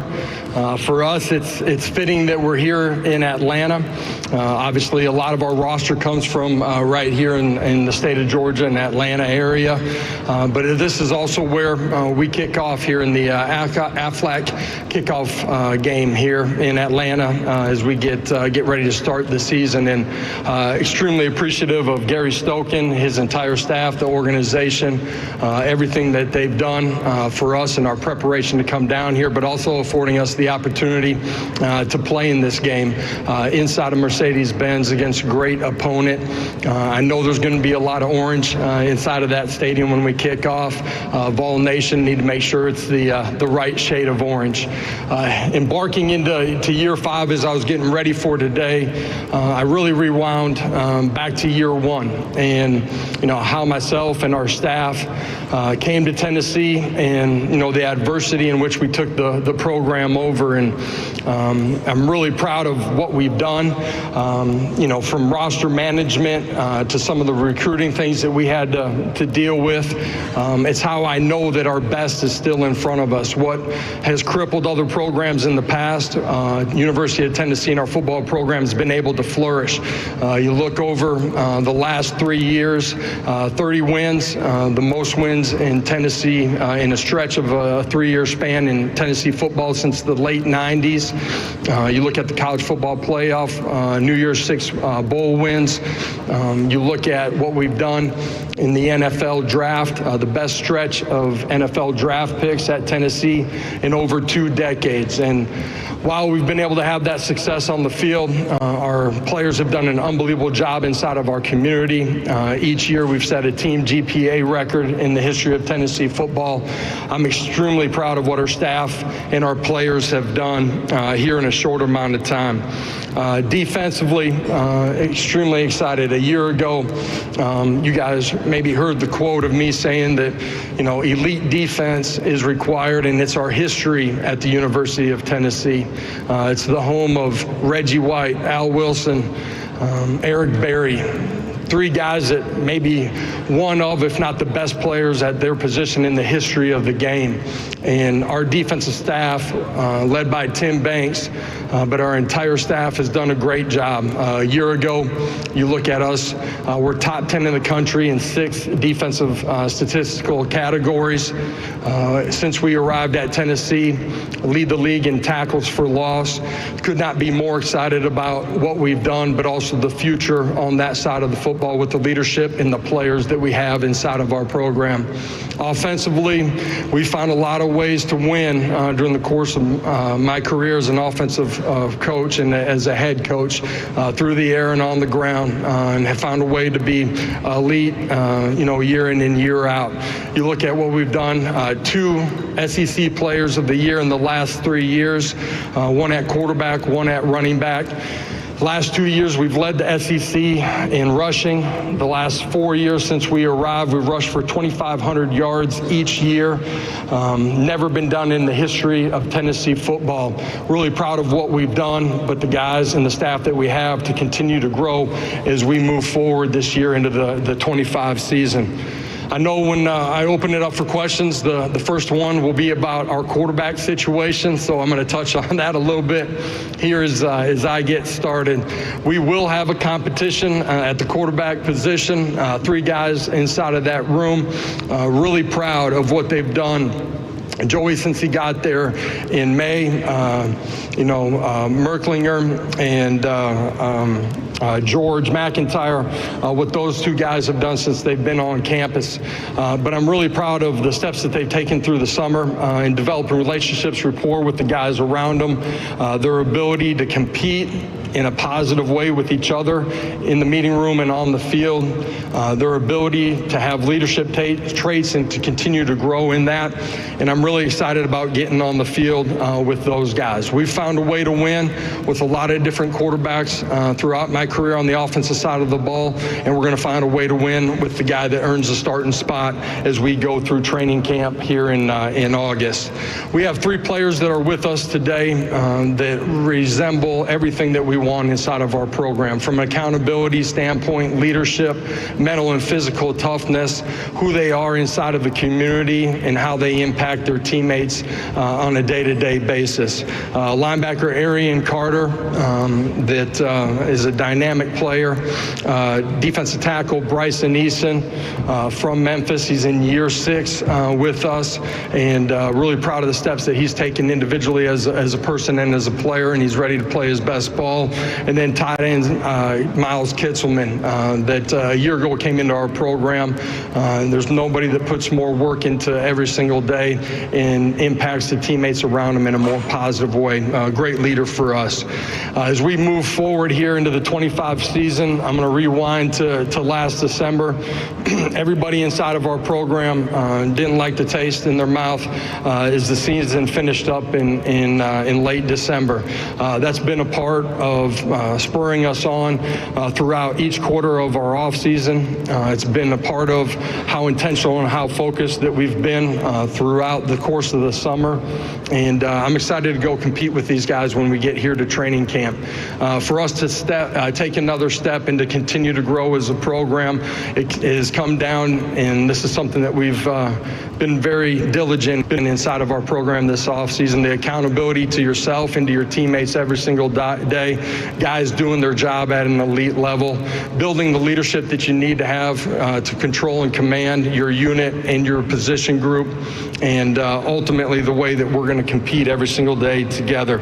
Our young guys don't have time to be young as we get to the fall, and that's been a part of the message that our leadership has applied to the young guys inside of our program. I'm extremely excited about the young talent and the young competitive traits that we have inside of it, but we got to have a great training camp here to go be the best version of ourselves as we get ready for the season. Excited to open up camp. Our fan base is nothing short of the best in college football. You look at our season ticket waiting list of over 24,000 fans, our home record 20-1 over the last 3 seasons. That's been a huge part of us continuing to create momentum in recruiting, and couldn't be more excited to get ready to go tee this thing up with these guys as we get to September. So with that, I'll open it up for questions. Thank you, Coach Heupel. If you have a question, raise your hand. If you will stand and give your name and affiliation as you can. Olivia, Ty, and Miles have some microphones, so we will get them to them. So we'll go right over here on the aisle. Coach Heupel, Drew DeArmond, WZZN Radio, Huntsville, Alabama. You mentioned Miles Kitzelman. Obviously, you guys evaluated him out of the portal from Alabama, and he took on a much bigger role for you. How did he kind of expand his toolbox with you guys, and what do you foresee his role is being this year? Yeah, I think it starts with him, with his competitive makeup of who he is every single day as he walks into the building. Elite competitor, you know exactly what you're going to get, which is everything that he has every single day. He's got great football IQ and understanding. That's of what we're doing offensively, the fundamentals and the technique, but also understanding the scheme that we're going against on the other side of the football. He's really developed as a leader during the course of this offseason.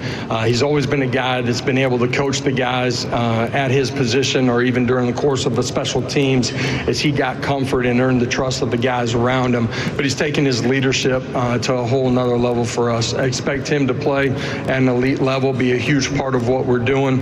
The tight end position inside of the scope of what we do offensively is kind of our utility knife. With within our tempo, it gives us the ability to play in a lot of different formations if they have the skill sets that Miles has. That's the ability to play out in space, be in line, be off the ball, the ability to run block and pass protect while being a guy that can make plays down the football field with his hands as well. He's got great understanding of spatial relationships in the scope of our pass game too. Coach, we're going to go over to our right-hand side, about here in the middle. Hey, Coach. Hamilton Culpepper with Bulldog Illustrated and the Hammy Show. The fortune for Tennessee against Georgia in the past, the recent memory has not been too well for the Volunteers. Yeah, thanks for reminding me. Sorry. Yeah. But how is it going to be different this year, welcoming the Bulldogs back to Knoxville and Neyland? Yeah, we haven't been able to be on the right side of the scoreboard in that game. And, that's players and coaches together ultimately being a little bit better. A couple of those games, or last year, it's a tight ball game in the fourth quarter. For us, it's tying all three phases of the game together. Kirby and their staff and their players have done a really good job and played really well in those games. It'll be important for us. That's week 3 that we're ready to go play at the level that we need to against a really good football team. Coach, we'll go over to our left-hand side over here on this, back over here to the left. Hey, Coach. Chris Marler, LouisianaSports.net. At your tenure at Tennessee, y'all have been one of the best fast-starting offenses in the country. You scored in the first quarter in 41 of your first 43 games. However, at the end of last season, you failed to score in the first quarter in 6 of the last 9. How much of that has been a focus in the offseason on how to fix it? Yeah, we certainly want to start fast, and that has the ability to apply pressure and maybe change the way the game's played in some situations as the game continues to unfold. At the same time, if it doesn't, you got to continue to play and find a way to scratch and claw and get back on the right side of it. Proud of a lot of what we did, not starting fast last year, competitive makeup to continue to play. It could be offensively, but it's ultimately all 3 phases playing together, having an expectation that somebody's going to make a play that makes a difference in the game. For us, you rewind and look at what happened early in ball games last year. It ultimately became a little bit of a snowball effect. First ball game, we're turning it over twice inside of the red zone. And that comes down to the small details, fundamentals, and technique that you're embarking on as soon as you're starting your offseason. You're on the field during the course of spring ball and certainly during the course of summer and training camp. And, you put those little things together, ultimately that becomes what everybody sees and talks about. And for us, the attention to detail on the offensive side of the ball could be snap, could be meshes with the running back, could be protection, could be reading progression for quarterback. All of those things got to come together for us to be what we want to be, which is a football team that starts fast. Coach, we're going to go down the center aisle, 3rd row. Barry? Yeah, Barry Trammell, Tulsa World. Hey, Barry. Josh, you lost a quarterback. A lot of people lose quarterbacks in the portal these days, but you lost one at a unique time, at the end of spring. What have you guys done to that point in the possibility of losing a quarterback? What did you do in scramble mode? And going forward, what can programs do to prepare for that kind of unique situation? Well, ultimately, at the end of the day, it's never about who's not in your building. It's about who is in your building. And for us, you can lose a quarterback at a lot of different times, right? December transfer portal, spring transfer portal.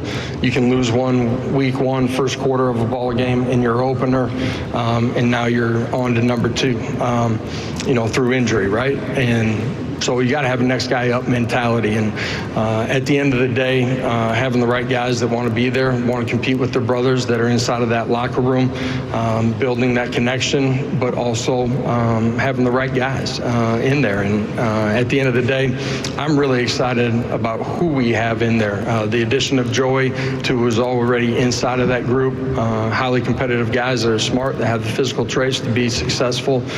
Teammates have grown to have great trust in those guys through the course of this offseason during the summer. And now it's about getting to training camp and going competing. And somebody's going to earn the opportunity to be our starting quarterback through that process. That's Tennessee head coach Josh Heupel. Now he'll continue to give a press conference. We can recap the most important things that he says in total tomorrow. He'll do an interview later this afternoon with 3HL as well. We'll do some polls and get out of here for the day. I'm Buck Rising. It's 104.5 The Zone.